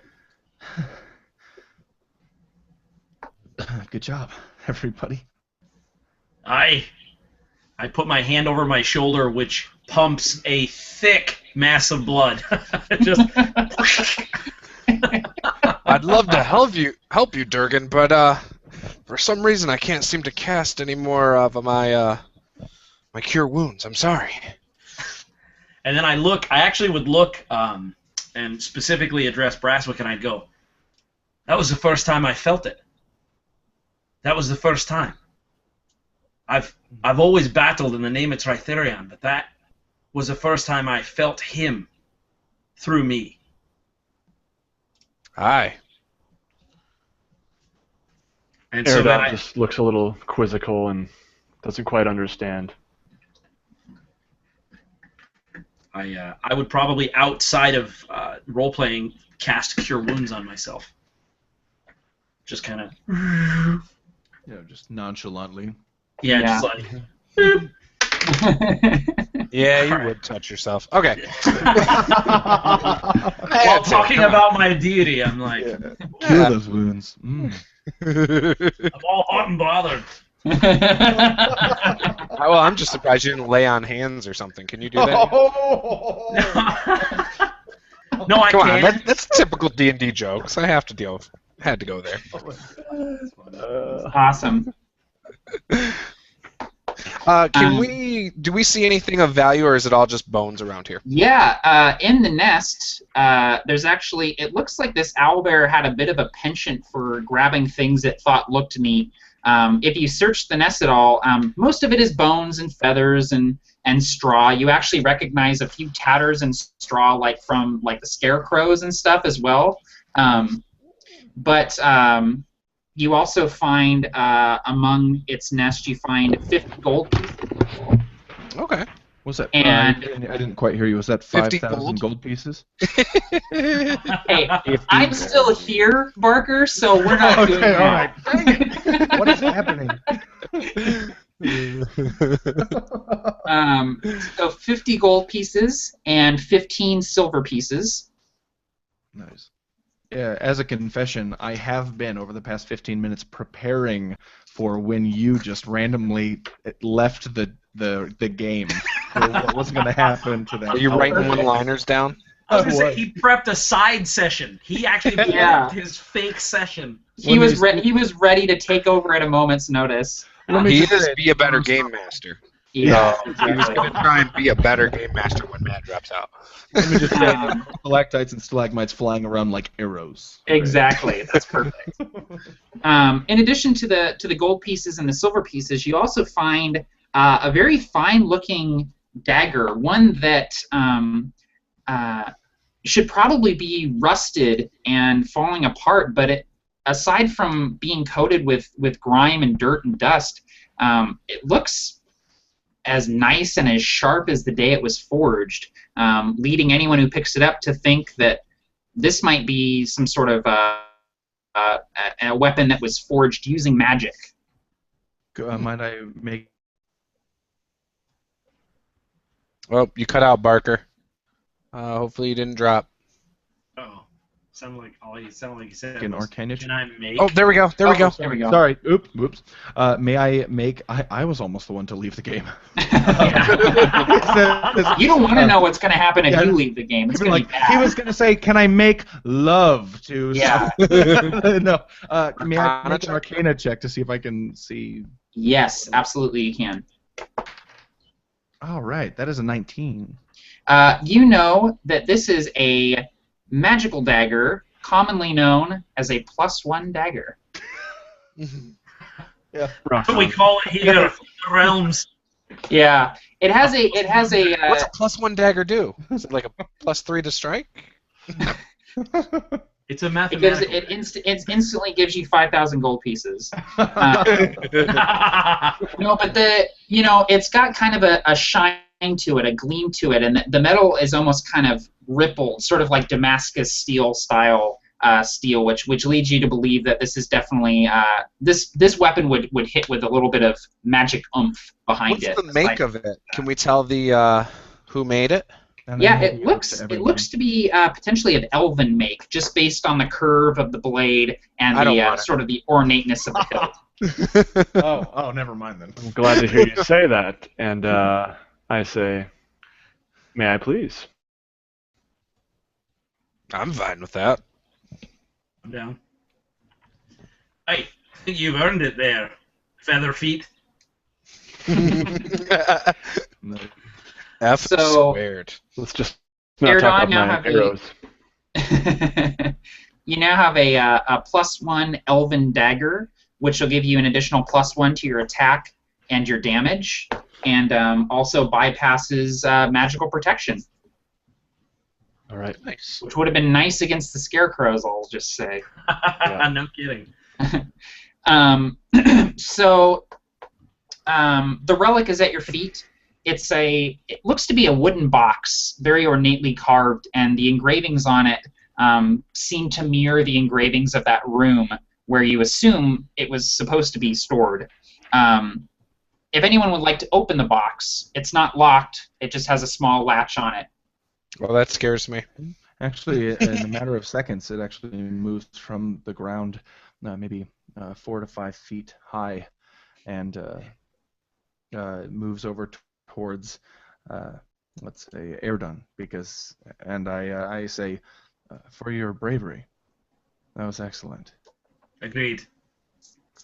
Well, thank you. And I take the box and I say, this requires a little more bravery. And I open it. The box is filled with dirt. It appears to be very high-quality dirt. It's moist. It's rich. You can tell it has a lot of rich minerals in it.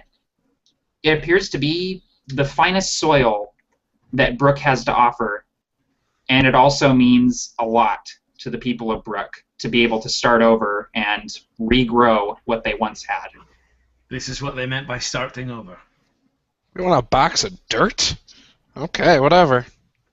No. This is important. I mean, this could mean this box of dirt could mean a civilization in one box. There's dirt everywhere, Dice. I know, but dwarves. Dwarves indeed. And I close it and say, this is a great treasure to these people. It means life. Do you understand, Durgan? Don't think of it as a box of dirt. Think of it as a box of potential. Yeah, okay. Whatever works, man. I mean, hey, I'm all for preserving your guys', beliefs and their beliefs. And I elbow him and I say, I don't think a hill dwarf would understand anything having to do with earth, dirt, or rocks.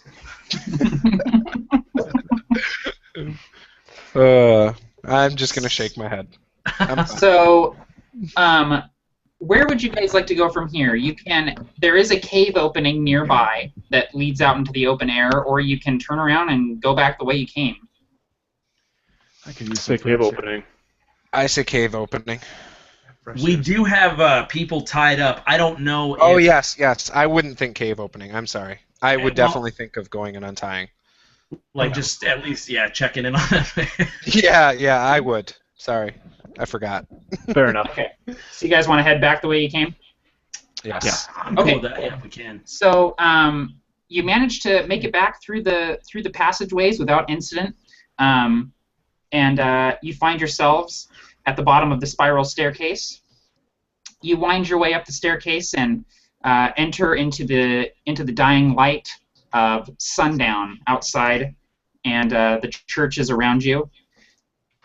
And you immediately notice a couple of things. Uh-oh. One is that the two people you left bound here are not there anymore.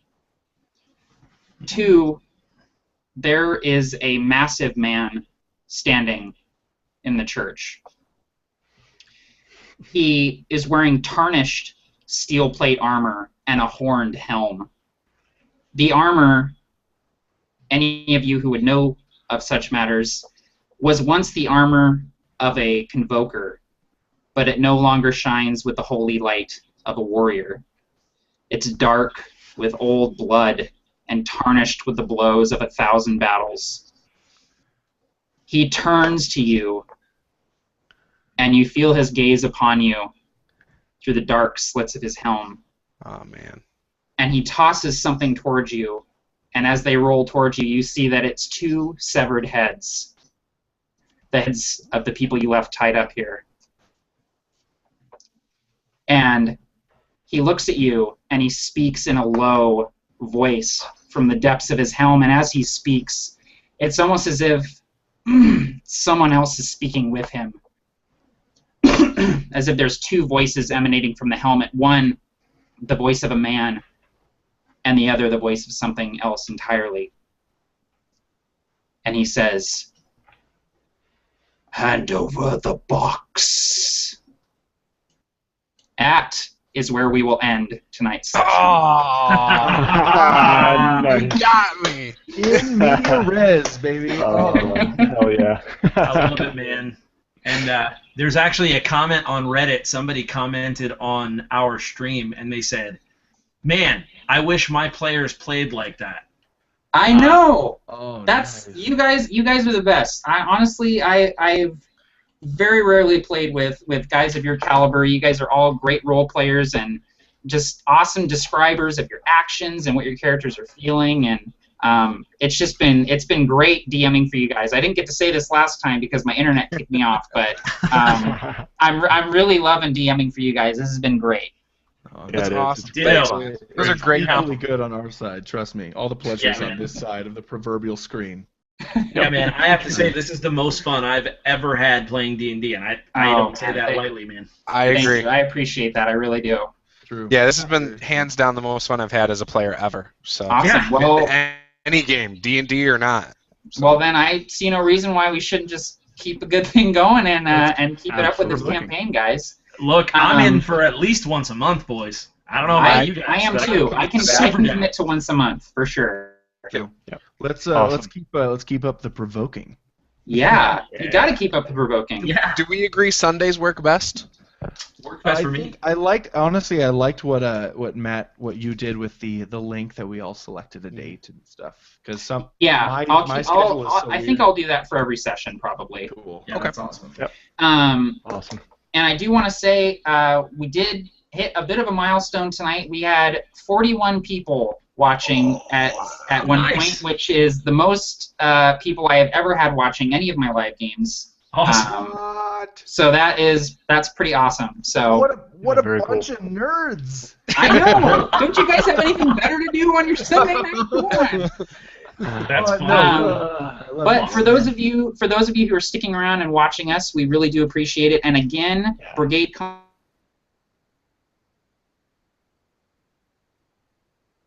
is happening and get some money to Child's Play. So definitely, if you have not bought a shirt yet, go buy. Watch 4 or 5. all of our That would be great. channels. For Yes. sure. Oh yeah. All of these guys are awesome. Definitely check Shameless. them out. There's links down below to everybody's channel. You got to go check these guys out. They're all excellent video producers. So, Thank you. Thanks, Matt. all right. So that is where we will end our Okay. session tonight, guys. I can't wait to play again soon. All right, guys. Godspeed. Same here. All right. everybody. Take care. Have a Happy great night. playing, all. All right, guys. Okay, Barker.